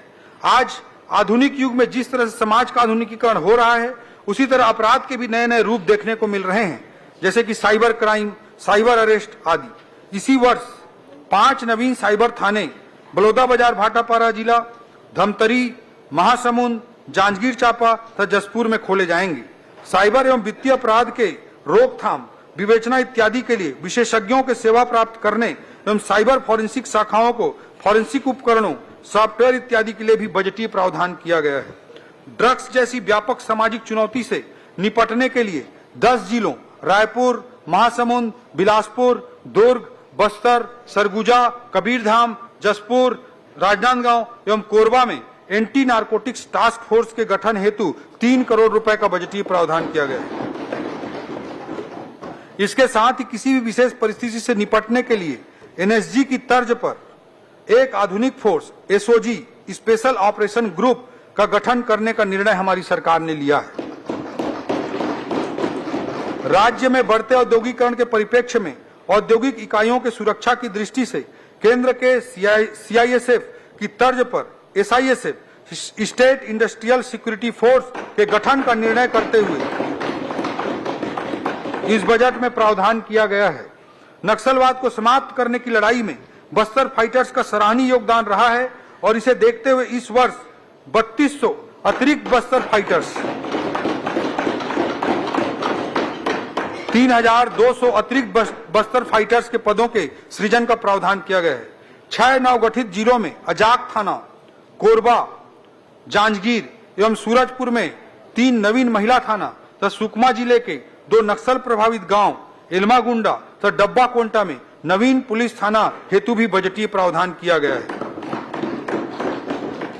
पुलिस बल को मजबूत करने के लिए एक नवीन भारत रक्षित वाहिनी का गठन किया जाएगा। इसके नवीन पदों के लिए बजट में 39 करोड़ रुपए का प्रावधान किया गया है। अध्यक्ष महोदय, जनसंपर्क विभाग शासन के कार्यों को जनता तक पहुंचाने का कार्य करता है। इस बजट में जनसंपर्क विभाग के लिए 550 करोड़ रुपए का बजटीय प्रावधान किया गया है। इस बजट में पत्रकार साथियों के समाज में विशेष योगदान को देखते हुए माननीय मुख्यमंत्री जी के निर्देश पर अनेक प्रावधान किए गए हैं। रायपुर में प्रेस क्लब के रिनोवेशन एवं विस्तार हेतु 1 करोड़ रुपए का बजटीय प्रावधान किया गया है। पत्रकार सम्मान निधि की राशि को दोगुना करते हुए 10,000 से बढ़ाकर 20,000 रुपए करने का निर्णय लिया गया है। पत्रकार साथियों के एक्सपोजर विजिट के लिए 1 करोड़ रुपए का बजटीय प्रावधान किया गया है।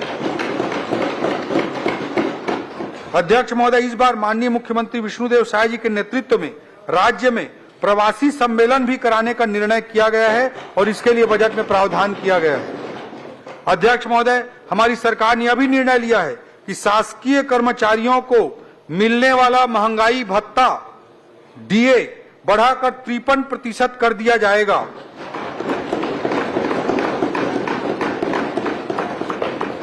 और मार्च माह का वेतन जो अप्रैल में देय होगा बढ़े हुए महंगाई भत्ते के साथ दिया जाएगा।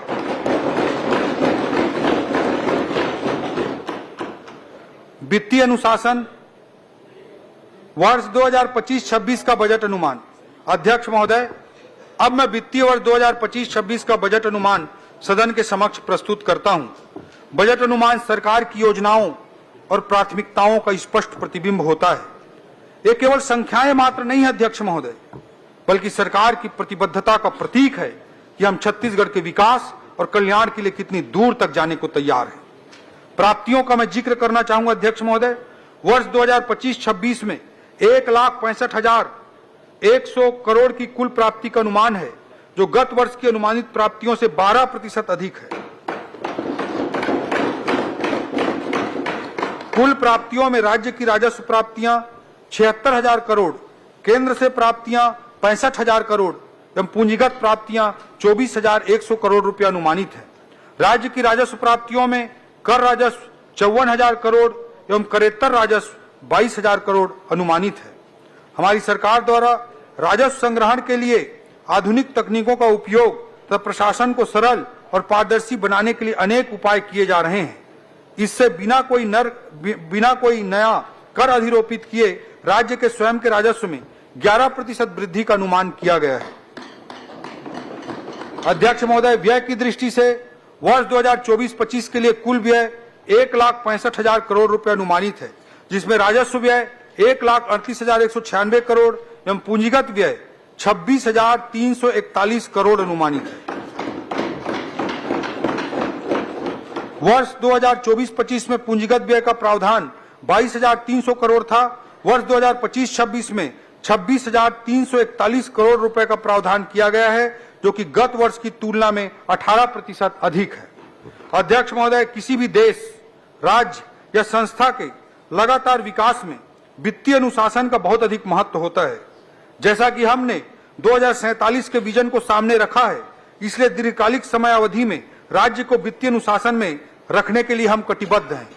इस वित्तीय वर्ष में कंसोलिडेटेड सिंकिंग फंड CSF में 480 करोड़ रुपए का हमने निवेश किया है, जिसके फलस्वरूप CSF फंड की हमारी कुल राशि अब 8,000 करोड़ से ज्यादा हो गई है। वर्ष 2025-26 में CSF में 100 करोड़ रुपए और अतिरिक्त निवेश का प्रावधान हमने किया है। इस CSF वित्तीय स्टेबिलिटी के लिए, वित्तीय स्थिरता के लिए, फाइनेंशियल कंसोलिडेशन के लिए अत्यंत आवश्यक है और देश के बेस्ट 3 परफॉर्मिंग स्टेट में आज हमारा छत्तीसगढ़ खड़ा है।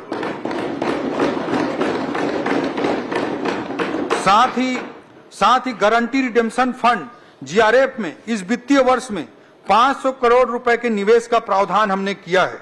CSF एवं GRF संबंधी मानकों के पालन में छत्तीसगढ़ देश के सर्वाधिक अग्रणी राज्यों में से है। अध्यक्ष महोदय, जैसा कि सबको विदित है कि सरकारी कर्मचारियों की सेवानिवृत्ति के बाद दी जाने वाली पेंशन का व्यय लगातार बढ़ रहा है। इसकी सुनियोजित ढंग से व्यवस्था बनाने हेतु हमने इस बार पेंशन फंड बनाने का निर्णय लिया है, जो वित्तीय स्थिरता को सुनिश्चित करेगा और भविष्य की पेंशन आवश्यकताओं को पूरा करने के लिए उपयोगी होगा। इसके लिए एक अधिनियम भी हम बनाएंगे और इस फंड के लिए 456 करोड़ रुपए निवेश का बजटीय प्रावधान भी हमने किया है।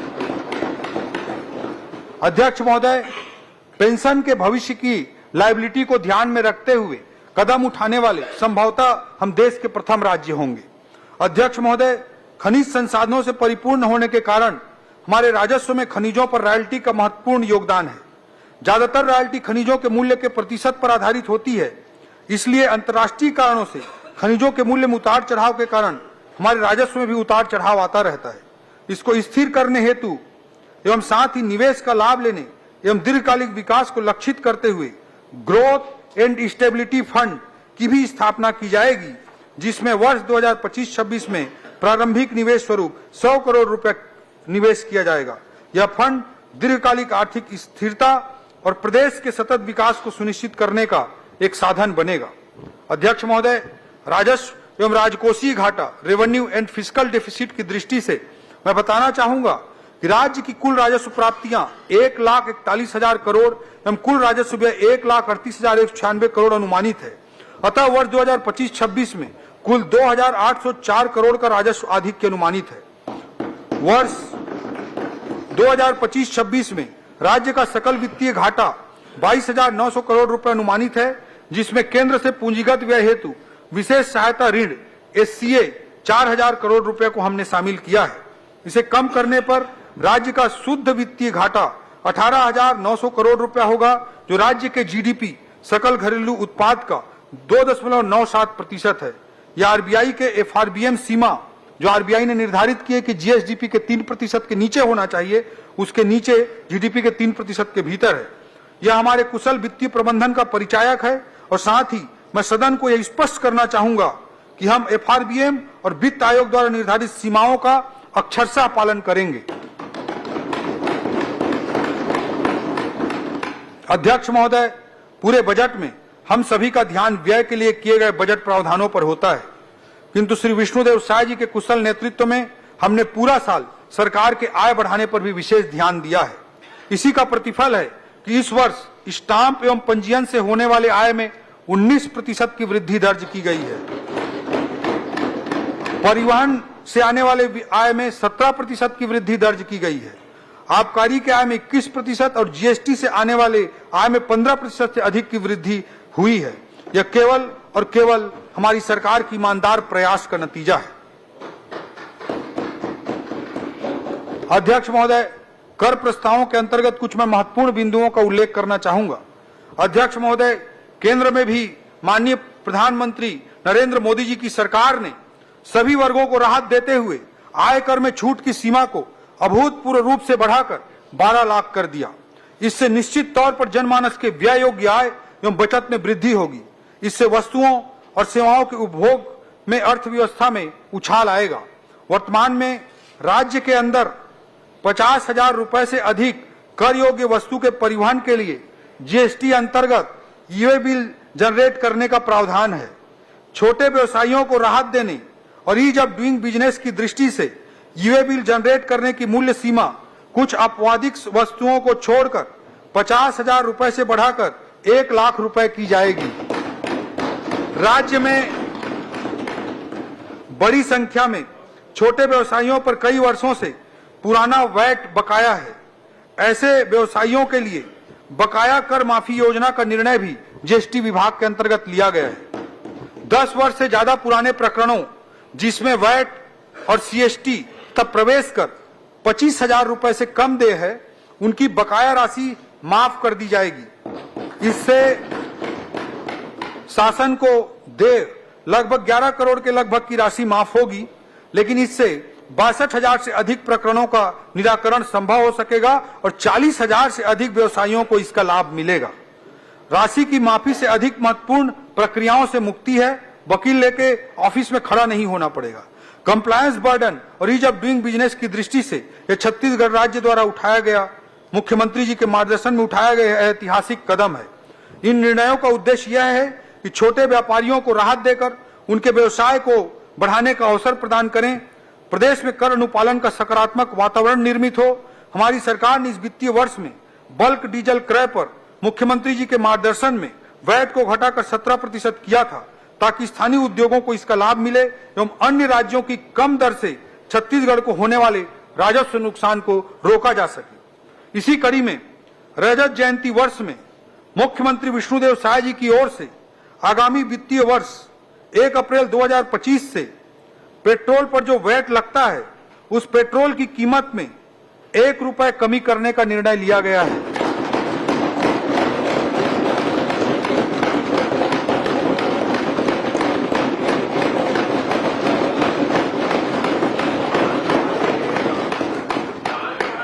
अध्यक्ष महोदय, यह बजट एक इंक्रीमेंटल बजट नहीं है। 10% बढ़ाकर अनुमानों को आंकड़ों में सजाकर प्रस्तुत कर देने का नाम बजट नहीं होता। अध्यक्ष महोदय, यह बजट छत्तीसगढ़ की ग्रोथ स्टोरी के प्रति हमारी आस्था का प्रतीक है। आस्था के एक अर्थ है aspirational, S strategic, T transformational, H honest, A action. अध्यक्ष महोदय, यह बजट छत्तीसगढ़ की ग्रोथ स्टोरी के प्रति हमारी आस्था का प्रतीक है। यह बजट एस्पिरेशनल है, यह बजट स्ट्रेटेजिक है, यह बजट ट्रांसफॉर्मेशनल है और यह बजट हमारे ऑनेस्ट एक्शन की एक रूपरेखा है। बजट का फोकस बजट बनाते समय केवल यह नहीं था कि कैसे पैसों को विभागों के बीच एक चलते ट्रेन को देखते हुए आपस में बांट दिया जाए, बल्कि हमारा प्रयास यह रहा कि अर्थव्यवस्था के किस क्षेत्र में हमारे छत्तीसगढ़ में ग्रोथ की सर्वाधिक संभावना है और कैसे अपनी अर्थव्यवस्था को मजबूत करने के लिए इन संभावनाओं को बजट के माध्यम से बल दिया जा सकता है, उस बात को फोकस करते हुए, केंद्रित करते हुए हमने बजट तैयार किया।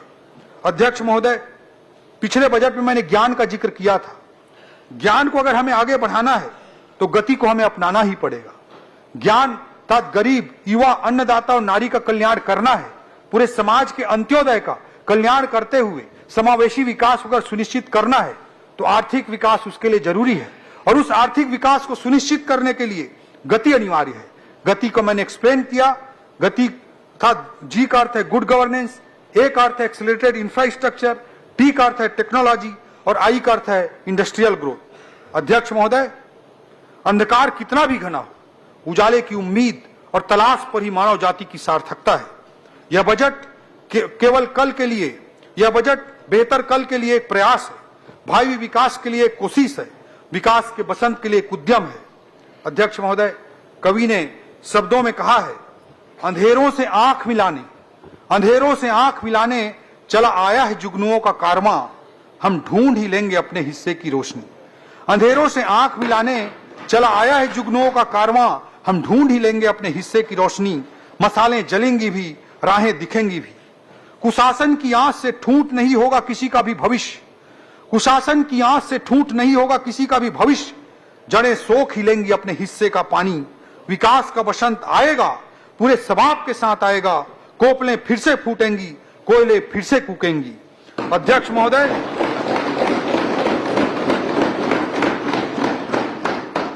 अध्यक्ष महोदय, इन्हीं शब्दों के साथ मैं वर्ष 2025-26 का वार्षिक वित्तीय विवरण तथा अनुदान की मांगे इस सम्माननीय सदन के समक्ष आपके माध्यम से प्रस्तुत करता हूं। जय भारत, जय छत्तीसगढ़।